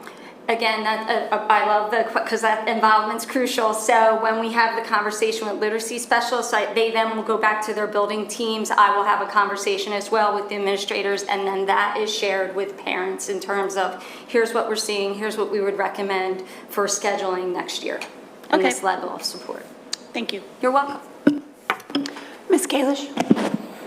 Thank you. I will try to be very quick. I wanted to say what I really like about this is that, organization is really helpful. We do a lot of really good stuff in this district, and sometimes it can be a little overwhelming, both for us in the district and for families that are entering it, and to have just sort of a streamlined format that everybody's speaking the same language seems like a really great thing, even if nothing, I understand there's a lot more other things being accomplished, but even if that was all that was achieved, that would be a good thing to have in our toolbox.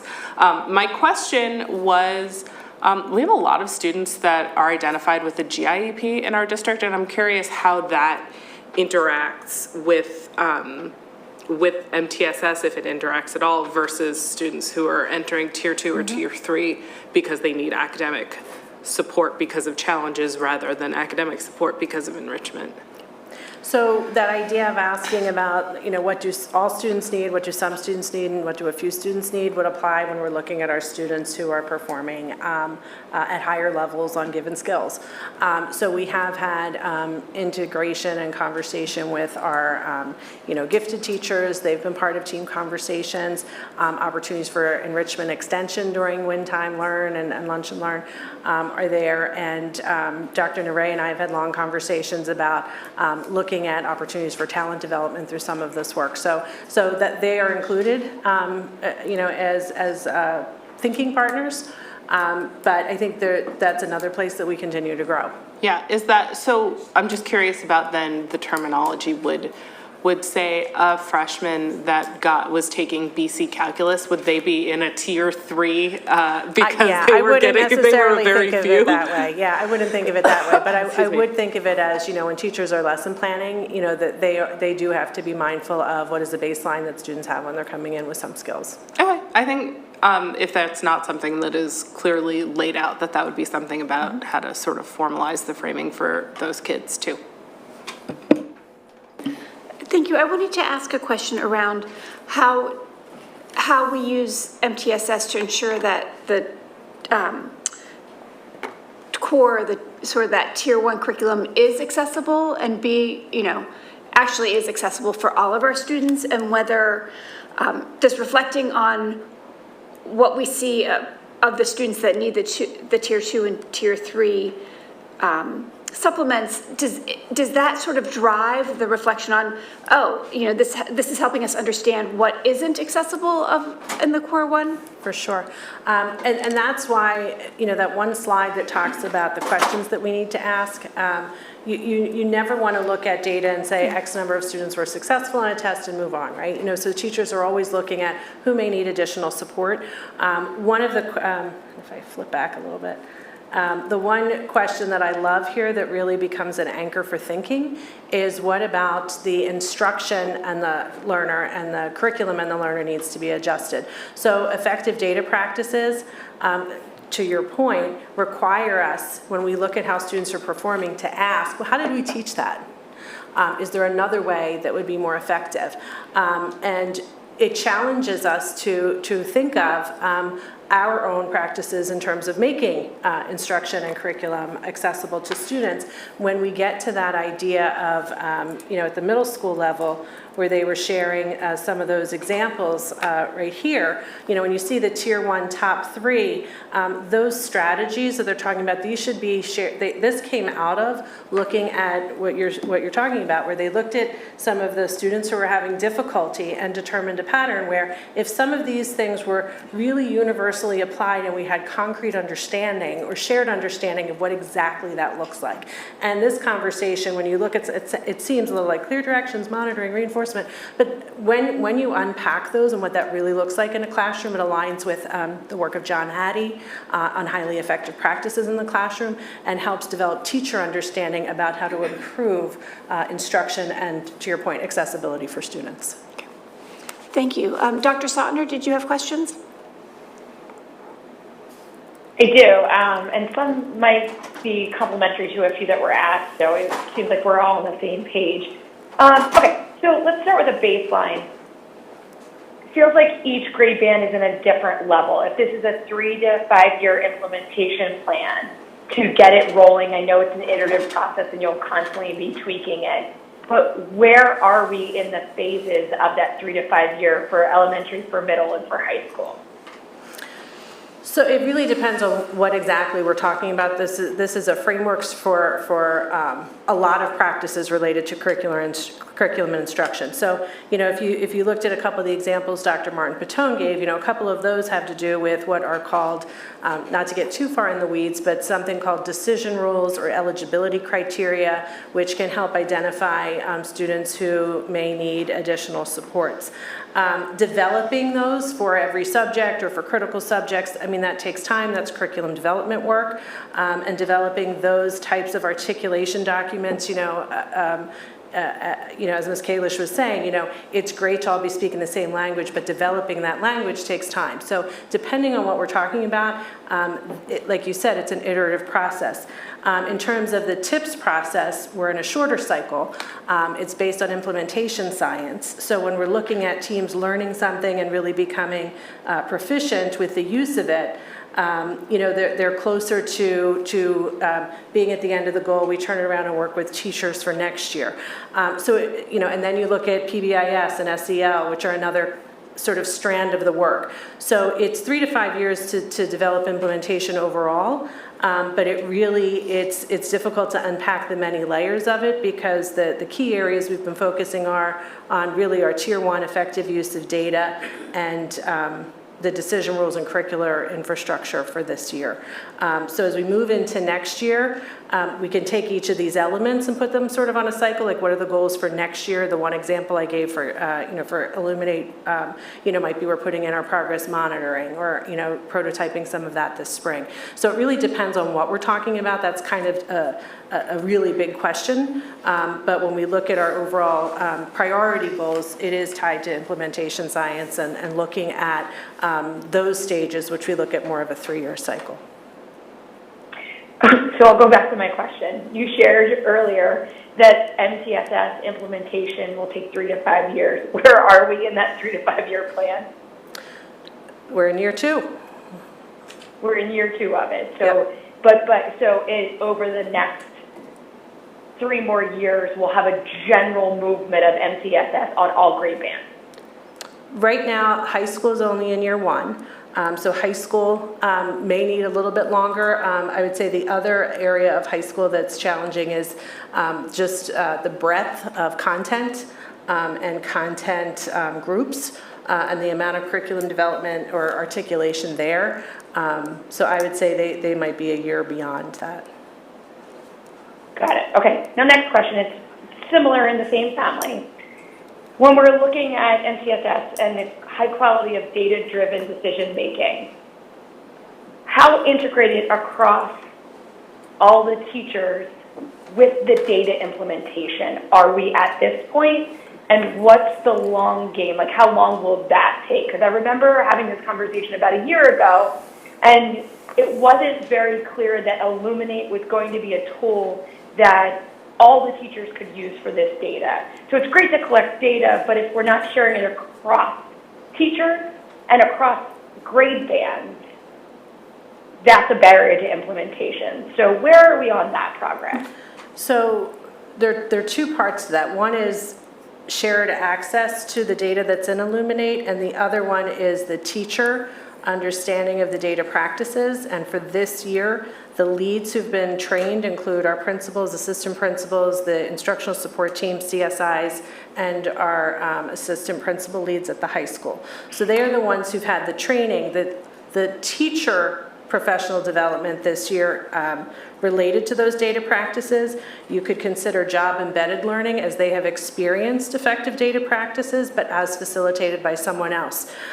The communication by the teams in K4 has been, and next year you're going to be doing this as your own, professional learning community. So it's with this sort of turnaround training idea, but we'll have more explicit training for teachers next year. So this year was our leads, with the teachers having some job-embedded learning. Next year would be the teachers having more explicit training, so that we could have teachers more independently applying that the following year, if next year is sort of a training and implementation year.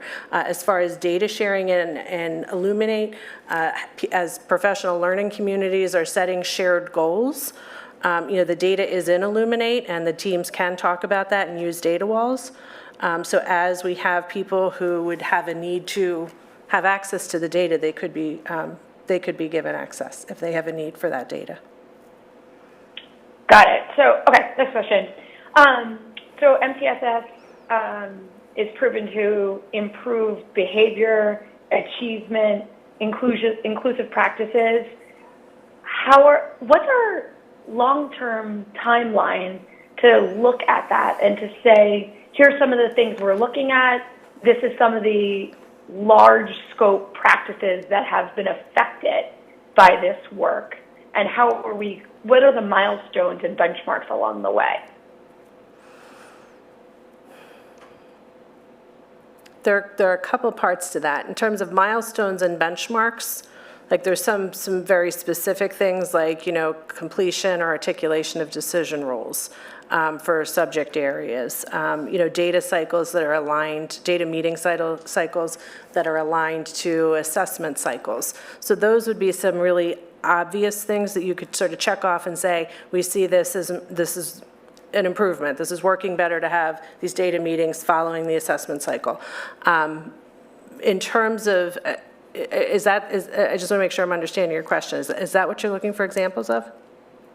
I think so. I think that's like on the lower level, but as a district, when we're saying we've implemented this, in 5 years we've implemented this is how we're going to start really fully understanding the impact of this implementation. So when I think about it in that way, I'll go back to what Will Williams was saying, that idea that we're speaking the same language across the grade level, and when we're looking at our intervention programs overall, we can ask those questions like how effective is our intervention program for all students who participate in it, because we'll have more centrally accessible data, things like that. So I think we'll be able to not only monitor our own effectiveness, but also set goals for our own improvement. I think that's going to be something that's going to be possible once we have, more centralized data and we've grown into some of those practices as teams. Can I also Great. jump in and add really quickly, Dr. Sotner? I just wanted to note that in terms of bringing this type of framework to the district, I think it was also connected and in response to, we have a special education evaluation program report that talked about consistency in our data practices, our interventions, pre-referral interventions that were somewhat disparate across the district. And I think this gives us a really sound framework to address that particular concern. So as I think about the vision for this work and outcomes at the end of the day, I think that's, for me, one of the one important outcome that we see is that we have consistency in data practices, and so that we ensure that those interventions that we're applying before referrals for evaluation, et cetera, are done on a consistent basis and not just based on who a student has as a teacher, what their lived experience is, but because we've addressed them at a tier 1 level universally, and we're ensuring that there's a playing field that meets kids' needs and differently depending on what their needs are at every level. So I think that's one of the bigger goals as I see it, having been involved with that prior evaluation work. And I think it's also based in the equity policy that we've created, which is also aligned with that work, so that we're, again, creating experiences where students have consistent experiences across the district, no matter where they are. It goes to that common language piece, but ideally I think we're all speaking from the same point of view as an outcome of this. That's really helpful. And also in that same vein, it would be when we look at recommendations for students going from middle school to high school and placement in honors, in AP, that is data-driven and kind of removes biases from teachers, correct? Correct. I think any time that we're making a transition or that there are opportunities for choice or, we talked about parent and guardian involvement and making sure that, again, there's that consistency of experience, consistency of reporting information to families. And again, I think it's great work to build on. And I think the vision is that, again, regardless of where that transition point or where that referral point is that we've done the work to ensure that every student has that equitable level of access to whatever that opportunity is. Fantastic. Okay, last question. This kind of goes off of what Lucy was asking earlier, is it's interesting to look at the data, and so much of this conversation is saying, like, what do the kids need? What do the kids need? Does Illuminate give you the ability to look across all the students to start noticing patterns about the curriculum or about the class type to see what do the teachers need, what supports they need? Dr. Gaudioso, you started answering this earlier, but the next kind of level of that question was, what are the interventions, and can we see, this is what we've learned from this MTSS model. This is the interventions for the curriculum or the teachers that's needed. Because many of the things that we were talking about, like ensuring that all of your students are getting it and building other supports, are things that like the intermediate unit does with PATAN or that UDL does. So are we able to eventually see how this is affecting professional development learning and curriculum changes as well, not just student intervention changes? So what goes into we put into Illuminate what we want in there. So I'll say the beginning of the work is looking at our, like, once our assessments are in there, looking at the way that we can use the analytics, they can be aligned to standards. So when we put into Illuminate assessments that are aligned to the standards, a team can unpack student performance in light of the standards, which can inform both what students need, but also maybe raise some questions about instruction or curriculum. So that can be seen in Illuminate. And right now, the assessments that are in Illuminate, some of them have been longstanding assessments we've been using, some are newly created, and created in mind with the idea in mind that we want to be able to unpack in the way that you just described.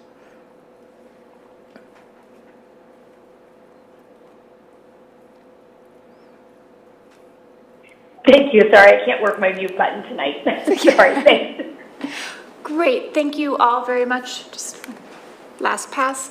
Great, thank you very much for your time and presentation. And I think we will now move on to our second presentation of the evening, the full day kindergarten sort of presentation / update.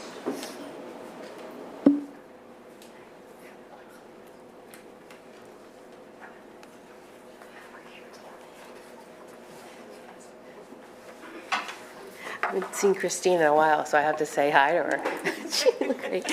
So we're going to give a brief update on our progress for full-day kindergarten since the last time we spoke, and also an update on the kindergarten survey results. Dr. Christina Paul, well, hopefully most of you know, has worked in our district for a while and left us recently to take a different position. However, clearly she's still attached to us because she's doing work in the district for us. And so she did the evaluation of the survey results for kindergarten. So she's going to review those with you, and then I'll do a really brief update on where we are and where we're headed moving forward. So I'm going to turn over to Dr. Paul. Thank you. Well, it is lovely to be back with you this evening and, to talk about data. That's what I do here, and I love it. So the survey that was provided by the Lower Merion Full Day Kindergarten Committee, the Planning Committee, included 13 items. Several of them were screening items that would allow participants who might not have children to skip over the questions that asked about things that were related to having children, right? So that's skip logic.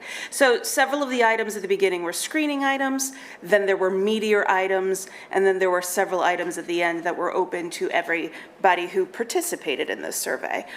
The survey was distributed electronically, and it was open to all in the community, including those who do not currently have students in Lower Merion. This survey was open from mid-December through about the first week of January this year. So a really nice, robust response. Over 4,000 people responded to the survey. And I'm going to give you a very high-level overview to the survey results, and know that in that executive summary, it breaks down the details in much more nuanced ways, specifically for the people on the Planning Committee who are using this data. But for the sake of our very big overall summary tonight, over 4,000 people took the survey, and about 36% of them were individuals who reported that they either had future kindergarten students but no students in the district currently, or they have current students in the district plus they have students who are coming into the district. So about 1,500 of the participants have future kindergartners. You can see the breakdown of the responses by the different school communities that they reported. We had 111 people who just were unsure of which feeder pattern they were in, but overall you can see it's a pretty representative trend of the size of the schools of each of the elementary schools. And you can also see a breakdown of the different types of families or participants who were responding within each of those communities.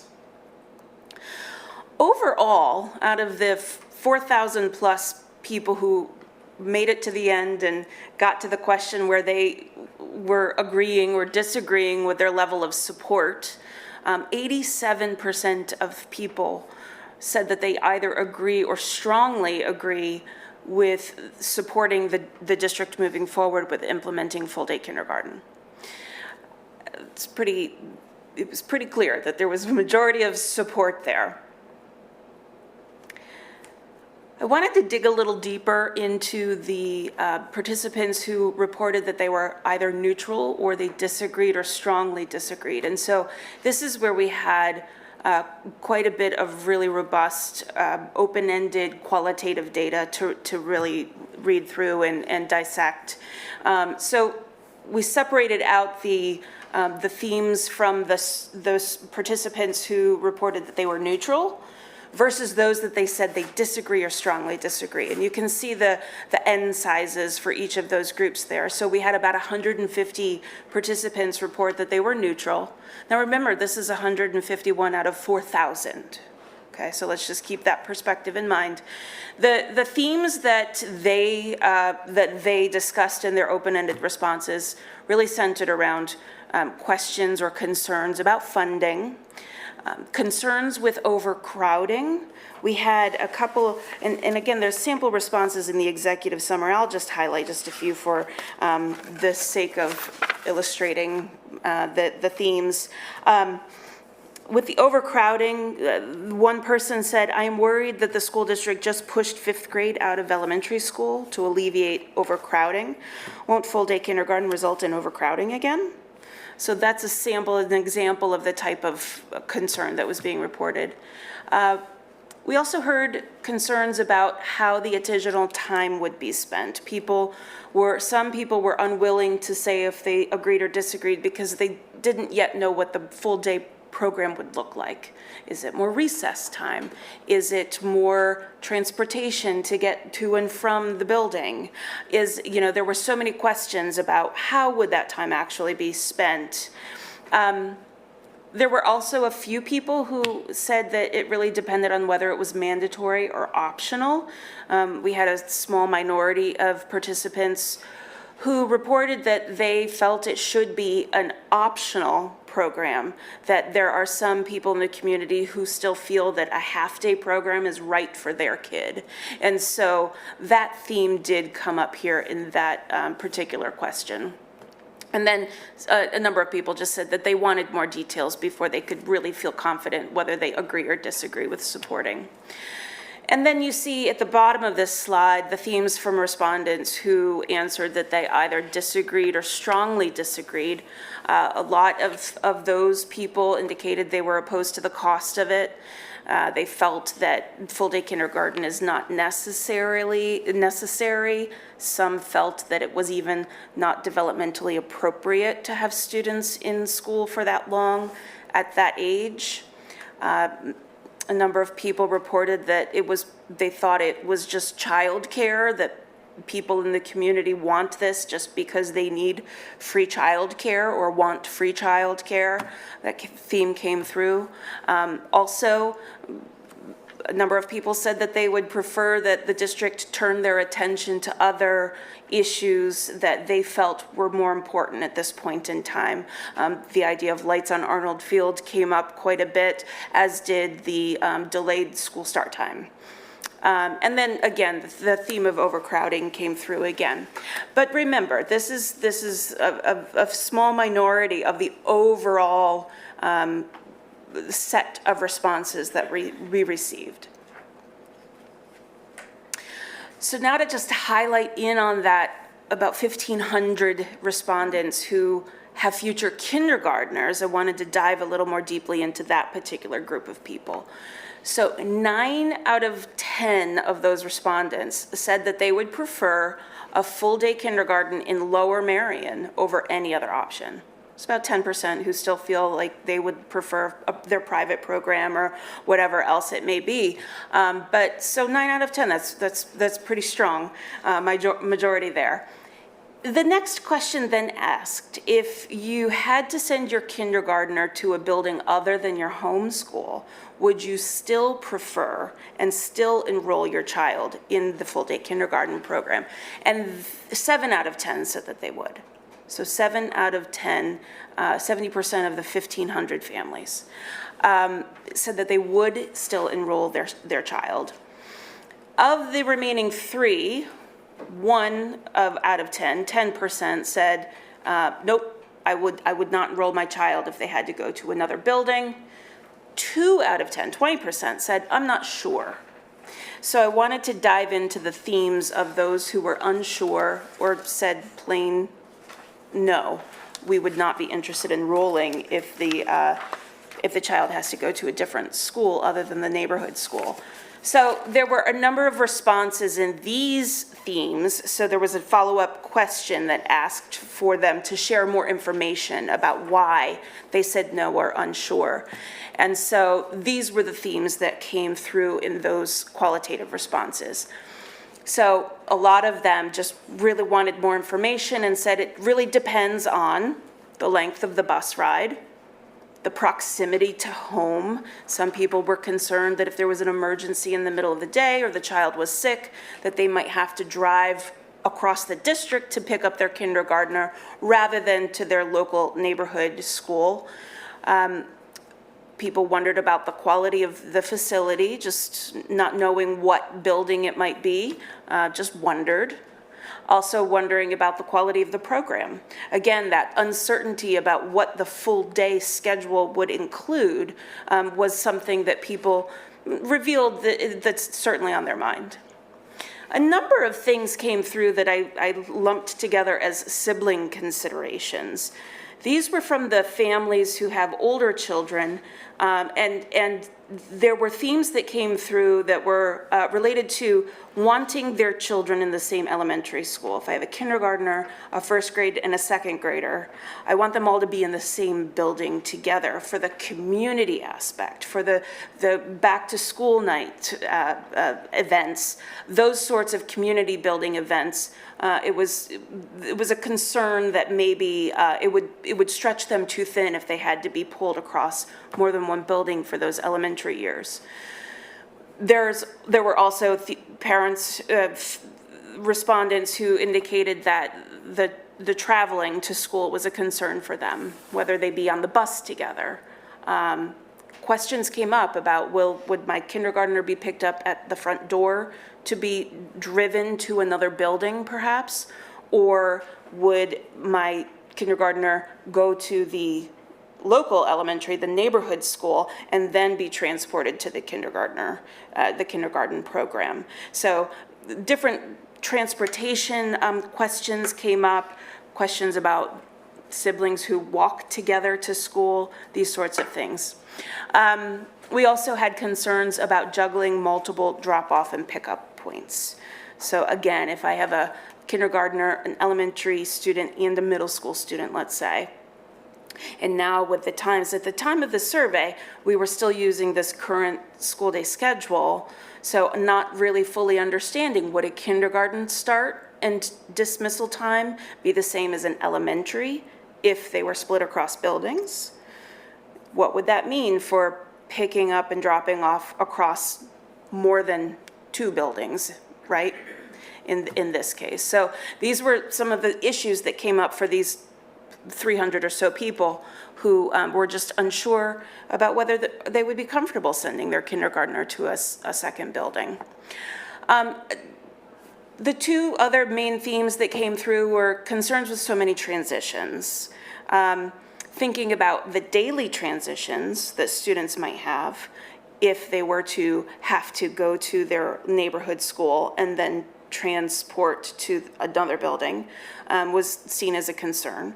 But there was also a concern about the number of transitions an elementary student would experience in kindergarten, maybe in another building, then back for first grade through 4th grade in their elementary building, and then sure enough, the next year you're going off to middle school. And so that just was seen as so many transitions that people brought that up as a concern. And then finally, there were a group of people who were concerned about transporting a child of this age on the bus, thinking that the child is too young to be riding a bus, particularly if they don't have a sibling or a neighborhood friend who's riding with them to be kind of a big buddy looking out for them. And there were also a number of questions for the people who live within walk zones and wondering, you know, why, if they live within a walk zone and perhaps purchased the home specifically for the walk zone, they were concerned that they may now have to send their kindergartner on a bus to go to school rather than walking as a family to their neighborhood school. So that just illustrates some of the themes that we saw in some of that, you know, the people who were unsure or said flat out no, that they would not be interested in sending their child to a kindergarten if it was not located within their neighborhood school. So again, there was an executive summary with many more details, lots of tables, breakdowns of the information for the committee, but as a high-level summary, I just wanted to point out a few takeaways that emerged. One, there is a high level of support for implementing full-day kindergarten, even for those whose households did not include future kindergarten students. The cost of implementation continues to be a serious concern for many, as is the thought that our elementary schools may become overcrowded again. Many of them highlighted their interest in shifting our, I'm speaking as if I'm still here, our attention, shifting the board and the school district's attention to other issues that they feel may be more important than this particular issue. And if the off-site programming is necessary, the logistics for families with older children will become more complicated. So I would recommend that the committee and the district really lean into collecting information from those families to really get a firm understanding of what those logistical challenges may be, whether it be before and after school care across multiple buildings, or the various models that could be used for transporting students to and from the alternative buildings. And that flows now into some planning considerations for Dr. McGloin and the committee. One of the things that came up was this idea of whether or not it should be an option. So the idea being you can still provide a half-day program and a full-day program and allow parents to choose which of those programs is the best suited for their child. That was definitely an interest that was communicated. Whether or not it's logistically possible, I'm not sure, but I just wanted to highlight that as a consideration. Something else, really think about that the idea of the transportation challenges and thinking through the different models that could be used, whether it's a transfer system like we use for private, like you use for private school transportation at this point in time. What does it look like for those students who are in the walk zone? Just thinking carefully about those logistics will be important. And then finally, just remain mindful that many families experienced or communicated that they have many, many questions. What will the program look like? How will the child be spending their time? Will the time be spent in ways that will be enriching and give additional opportunities for the arts or special areas or play-based learning? Or will it be more direct instruction? And so just people have questions. They just want to know what that program is going to look like. So the more information, the earlier to assist people with the decisions that would be in front of them, the better. So that is my portion. I will kick it over to Dr. McGloin. So the executive summary, we'll send you on Friday so that you have that. And then it's going to be posted on the website as well for our community to see. So they have, that'll be available for everybody. So in addition to the survey and looking at the survey results, we have done some additional work since the last time we spoke. I'm going to talk about each of these bulleted items in a minute, but we talked about a room utilization chart for all of our elementary schools. Our kindergarten committee has continued to meet, and we talked about with the board, and since then, how do we expand K+ in the 23-24 school year, and what could that look like? And so we have had that conversation as well. So this is an example of the room utilization chart that every single building principal at the elementary has filled out.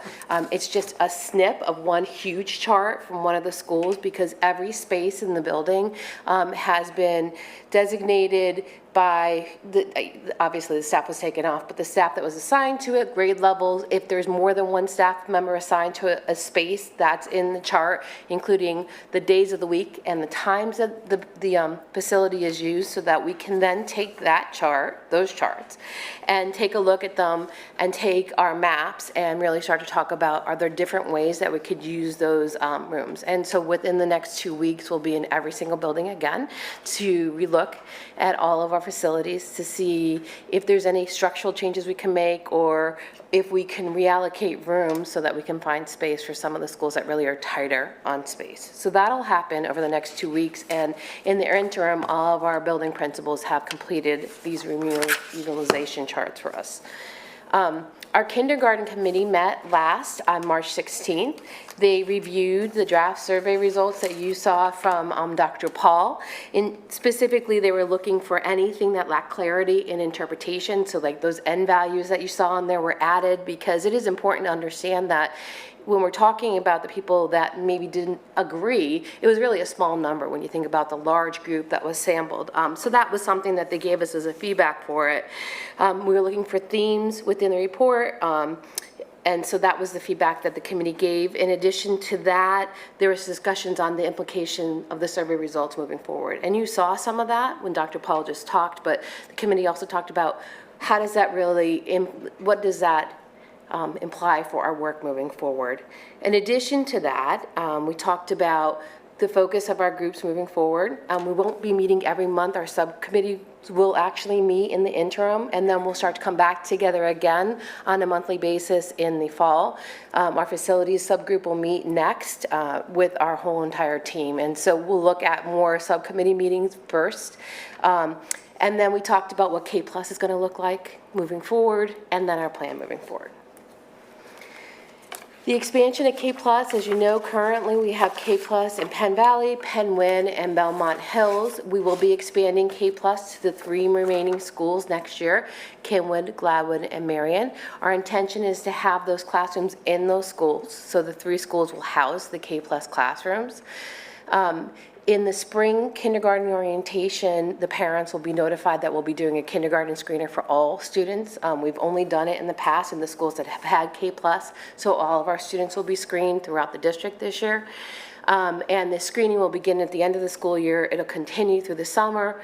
And then we'll make final placements for those K+ programs in the summer. We always leave some room in each of those classrooms for the end of the school year, students that register a little bit late, just to make sure that we have enough space that might be needed when school starts.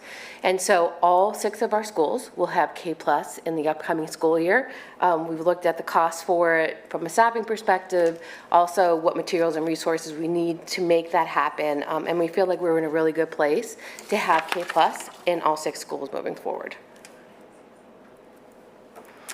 So, just as a big overview of what the kindergarten project will look like, you can see by month through the summer of 2020 all of the different tasks that we have, and the flags really are our milestones. So our facilities upgrade obviously is a really big milestone, because that's where we're going to be housing our programs. The curriculum writing is a big milestone for us, because that's the programming itself. Notification of parents and hiring of staff, you see flags with as well. But we really try to think about all the different tasks that have to occur to make sure that this gets off the ground, and the timing that is associated with all of those tasks moving forward. So questions at this point for Dr. Paul or myself? We can go back to either of them. Thank you to both of you for the presentation. I'd like to open it for questions. Ms. Garrison. Thank you for the presentation. I was curious, how long was the survey open? It was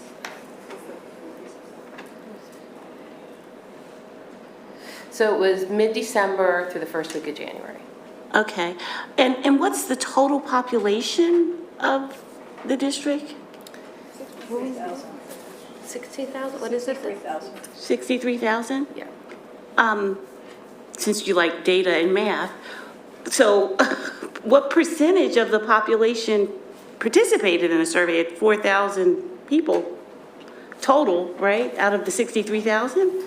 Well, one of the complications with a survey of this sort is that it's a free link open to anyone. And we're trusting that each person who participates only participates once and that they are actually living within the district. But do we know that or we don't? Well, we don't. Okay. No, that makes it more challenging because if we can't verify the people that actually participated, even just only did it one time. In the world of survey design, there's many different ways to do it. And a more Robust. in a more robust way, you would actually do like a sampling design where you would identify how many out of the entire population you need to sample, and it would be a much more precise and much more robust, but also a much more complicated and costly type of survey.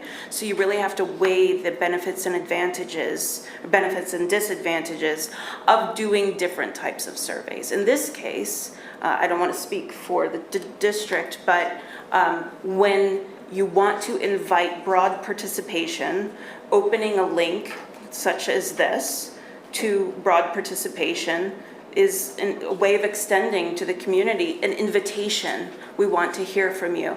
This survey was primarily intended to be qualitative in design. It was mostly the open-ended items that the committee was interested in hearing about.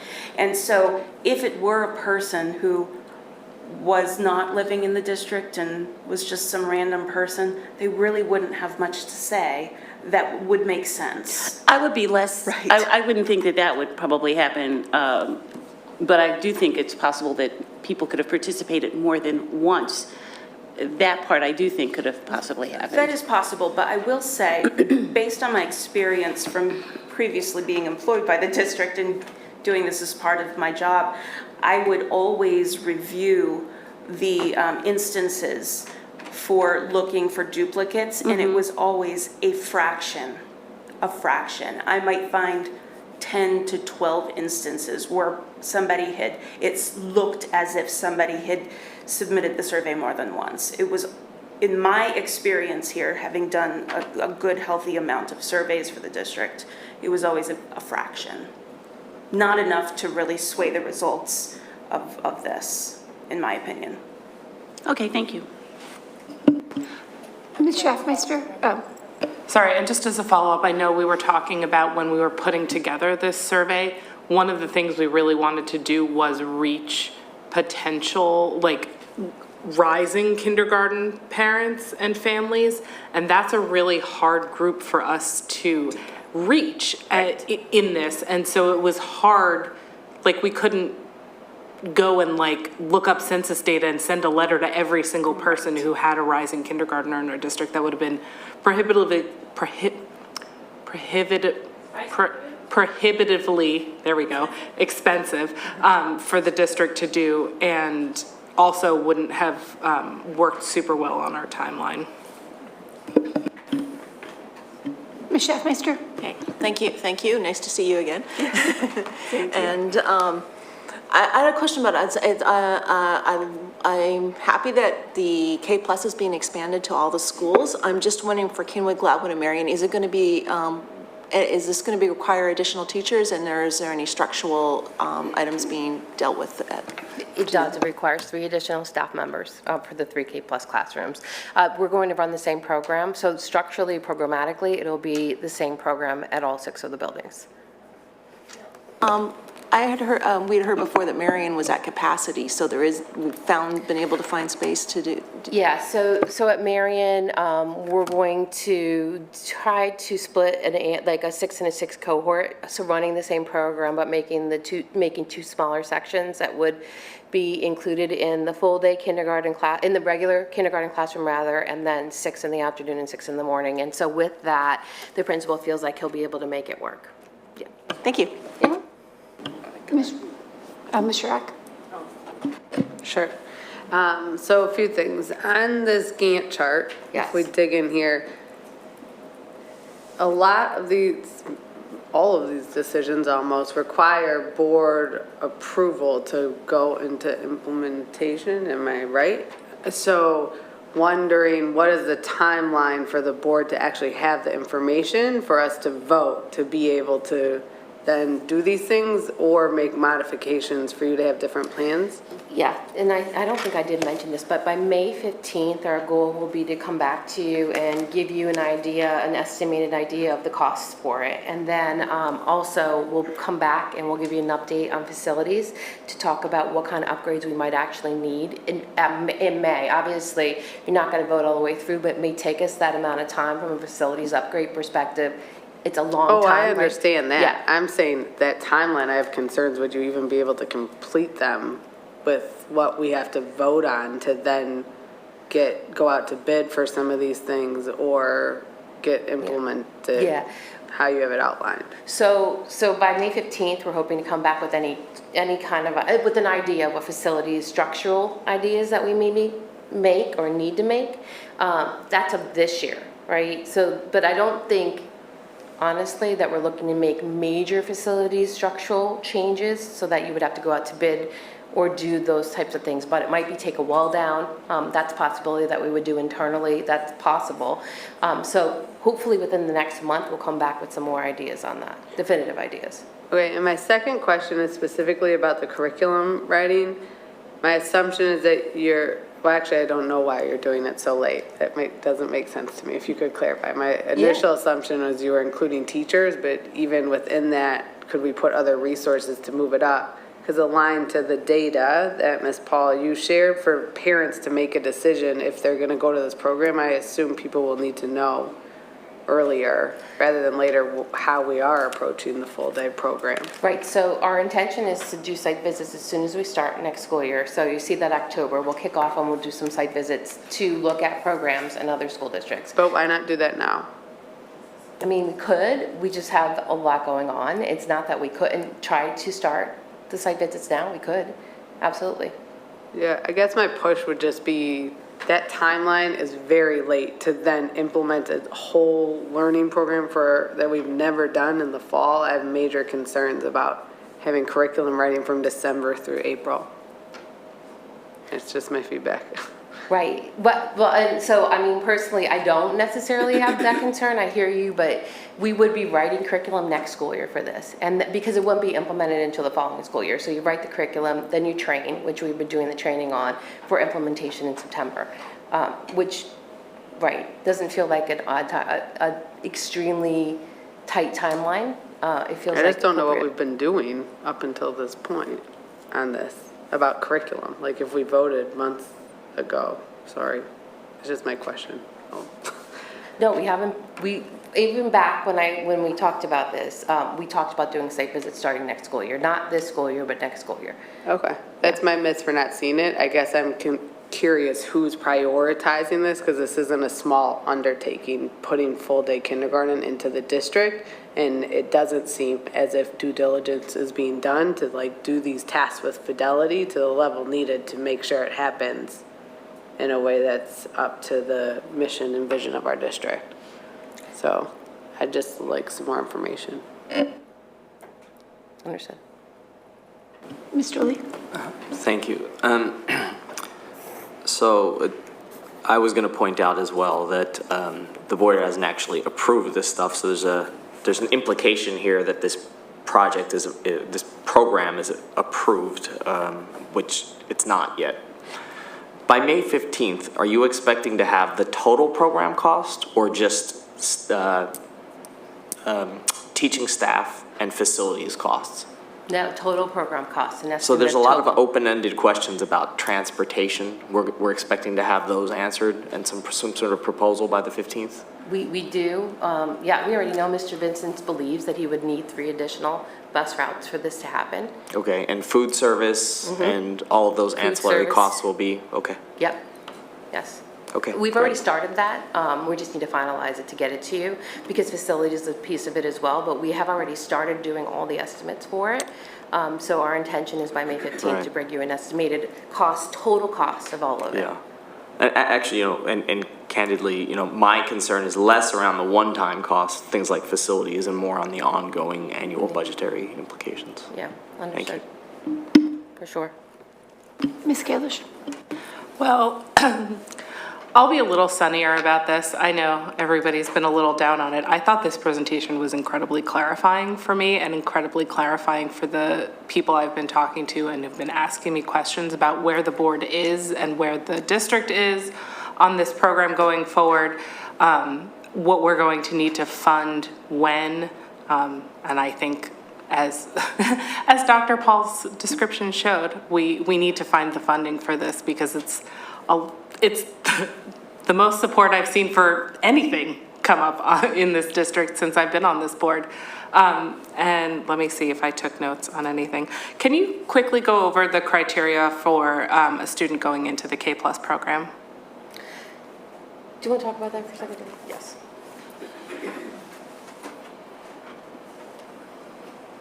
So we use, it's an assessment called the KISA, and it's a kindergarten essential skills assessment that looks at areas that are predictive of kindergarten success.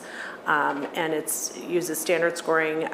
It includes some academic skills as well as like OT and some math, both math and literacy and language.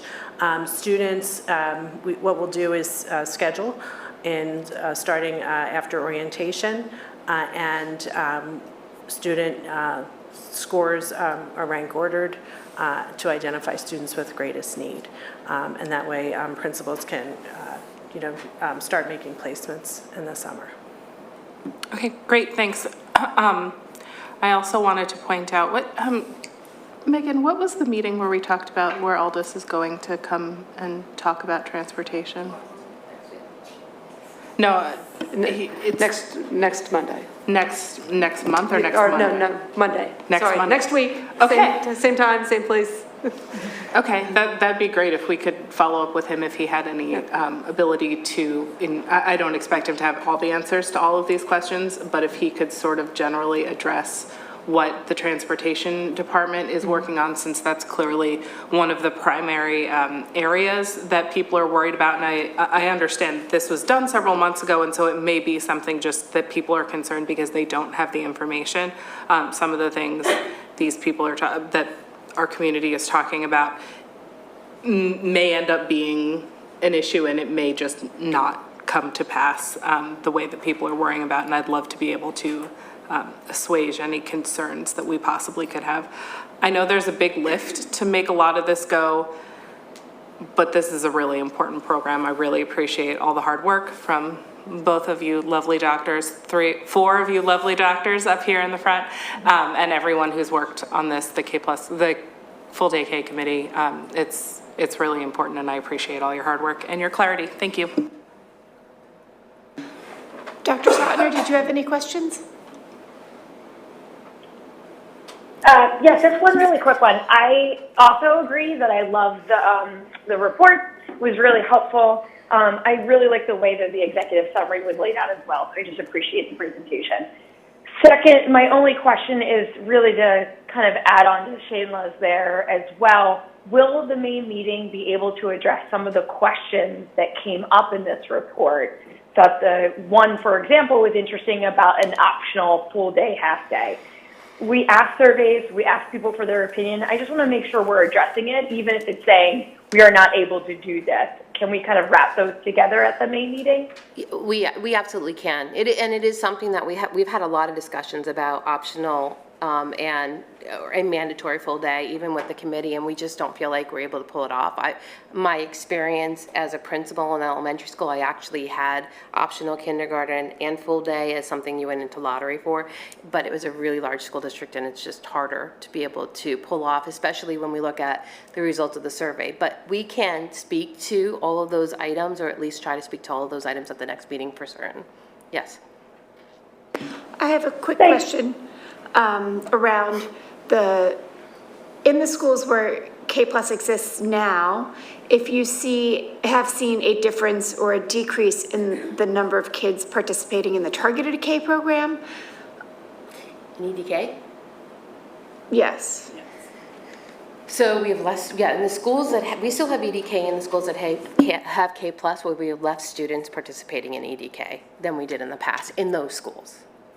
So do you think that that will help in the remaining schools that are tight on space? Because you know that it might just be kids moving into a different supplementary K program? We've talked about it, and it's a possibility, especially in our smaller schools, that we wouldn't need EDK. For those schools are only like one section of it versus what we've needed in the past. So we've had that conversation with the addition of the K+ program in 3 other schools. I think we'll see that at least tighten up. I'm not sure it'll be eliminated fully, especially in our larger schools. Okay. Thank you.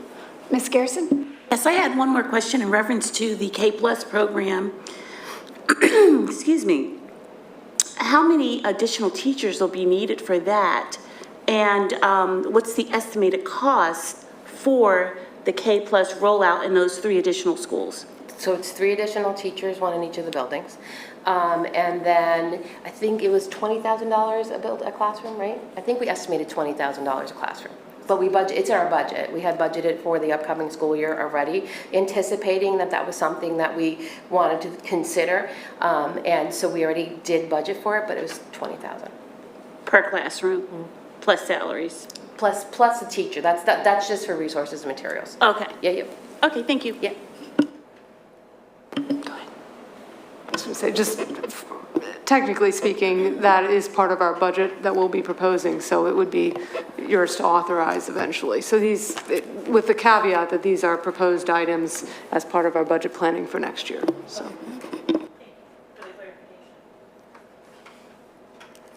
Great, thank you very much for the presentation. It was nice to see you again, Dr. Paul.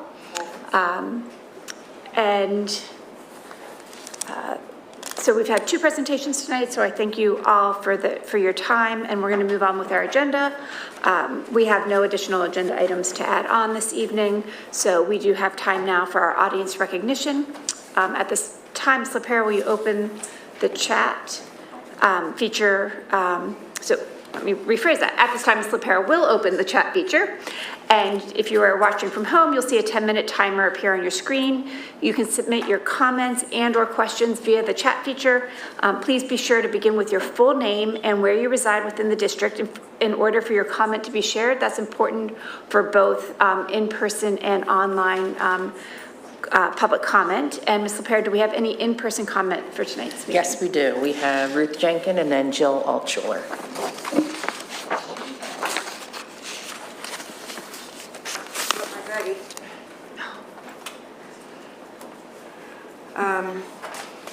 Welcome back. The decision of Ruth Jenkin, Winwood, the decision to table the time change was a difficult, but I feel a correct one. All of the research on sleep, of which Dr. Paul was a big part of, we did all that research, meeting after meeting, show that there is, definitely sleep deprivation, but there are other factors affecting lack of sleep that has nothing to do with the school system or with the time change, such as late night gaming, texting, television, as well as too much homework.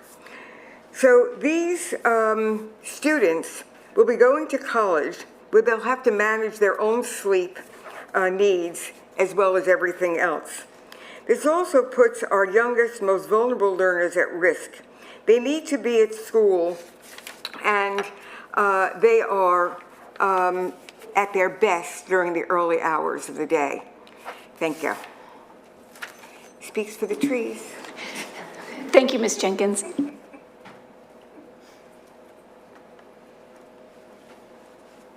Hi, ready? Jill Altschuler, Marion Station. I need every second. Okay, I've come to listen to the MTSS presentation for the third time, and it's a lot of work, and I appreciate it all. I was wondering if we could focus a little more on mental health again. It's part of the framework that has a little bit to do with the behavioral aspect and the social emotional aspect, but it also is its own thing. And there is a lot that of examples of what we could be doing, and I think what we really need to be doing for our students, because we can have as much tier 1, tier 2, tier 3 academic supports there, but I think we all know that when kids are experiencing anxiety and depression, they can't learn. So we need to figure out how to get more specific mental health supports in that framework. And I know it's a years-long process, but I think that is really something we need to put on the front end of things. And I want to say that it seems like there's amazing work being done at the middle school level, and which makes me really happy. But on the one hand, and then it also kind of makes me sad because I feel like things are just dropped, and high school is not getting any of these great programs and school culture coordinators and so everything that I've learned through the presentation and from talking to some of the people from the middle school. And I just feel like we need to, really step on the gas and focus on our high schoolers for mental health and community building. The ACEs acronym, and the acronyms are not enough for whatever they're considered to be, PBIS, SEL. We need mental health, we need community building, we need to utilize advisory in a productive way. And I hear a lot about family engagement, which was part of the first slide. And I just don't understand exactly what that means and how it's being done. Because I show up, I'm passionate, and I want to be engaged, and I don't feel like I can barely get a foot in the door. And all I want to do is to help make things better. And I feel like I'm seen as a nuisance, and it's very discouraging and disempowering. And you said something about thinking partners, and I feel like there are so many great thinking partners out there in our parent and guardian community that I just feel like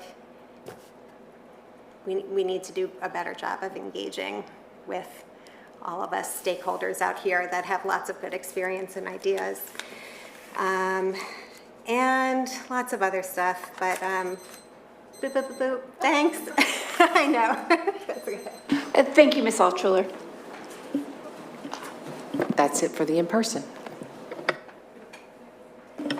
We have one comment so far, on the Zoom. It's from Janet Lipsitz of Marion Station. It says, Megan, recently at a communications committee meeting, you brought up the desire to do more community dialogue and engagement. We shared eagerness. A group of community members are excited to bring an opportunity to the greater Lmsd community. We are partnering with Braver Angels, a national organization that builds civic trust based on common ground. The first in a series of community dialogues will be focused on skills for difficult conversation, and the ultimate goal of the ongoing dialogues is building the foundation for a trusting, cohesive community. All over the country, there are school communities grappling with divisiveness, and we believe that we have a moment to be proactive and be role models for the broader communities, and especially for our kids. We hope that all stakeholders, including staff, students, staff administration, and community members will contribute to this opportunity. We send an invitation to all of admin and board and look forward to your responses. The next comment is from Lorraine Carter of Ardmore. Thank you for the presentation on MTSS. Do you plan to report the data and results soon? What is happening with MTSS and its benefits and outcomes? There are 3 minutes left, but those are the only comments thus far. Thank you. So we will be on pause for 3 minutes just to be true to our chat feature. So we will be back. I'll jump in really quickly just because Mr. Lee pointed out today something to me. If everybody wants to look at their agenda where we're looking at the page HR2 for new hires, I'm really excited because we are hopefully going to be welcoming 2 new bus drivers to our fleet. Welcome Mr. Reynolds and Mr. Tribble. I'm really excited. If anybody here or anybody watching at home wants to drive a bus for Lower Merion School District, we will help you get your CDL. We will help you get your S certification. We are a great place to work, and you get a bonus for being a new school bus driver in our district. So that is my regular plug, everyone. So, yay, buses.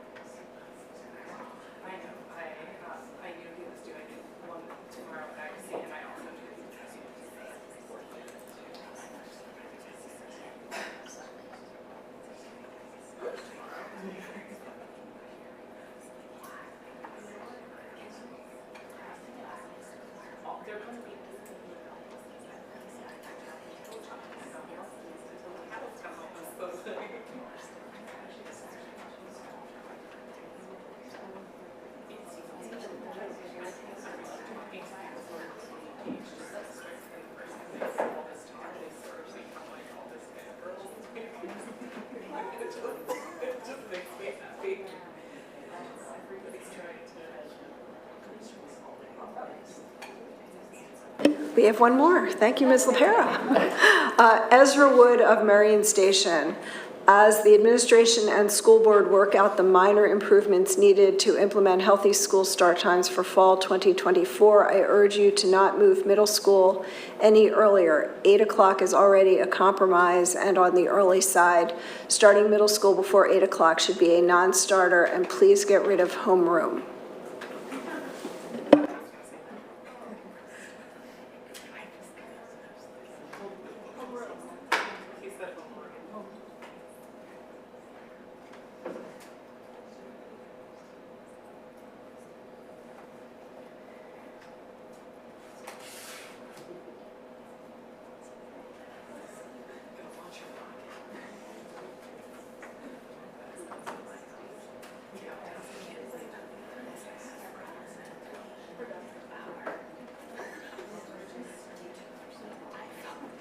Great, thank you very much.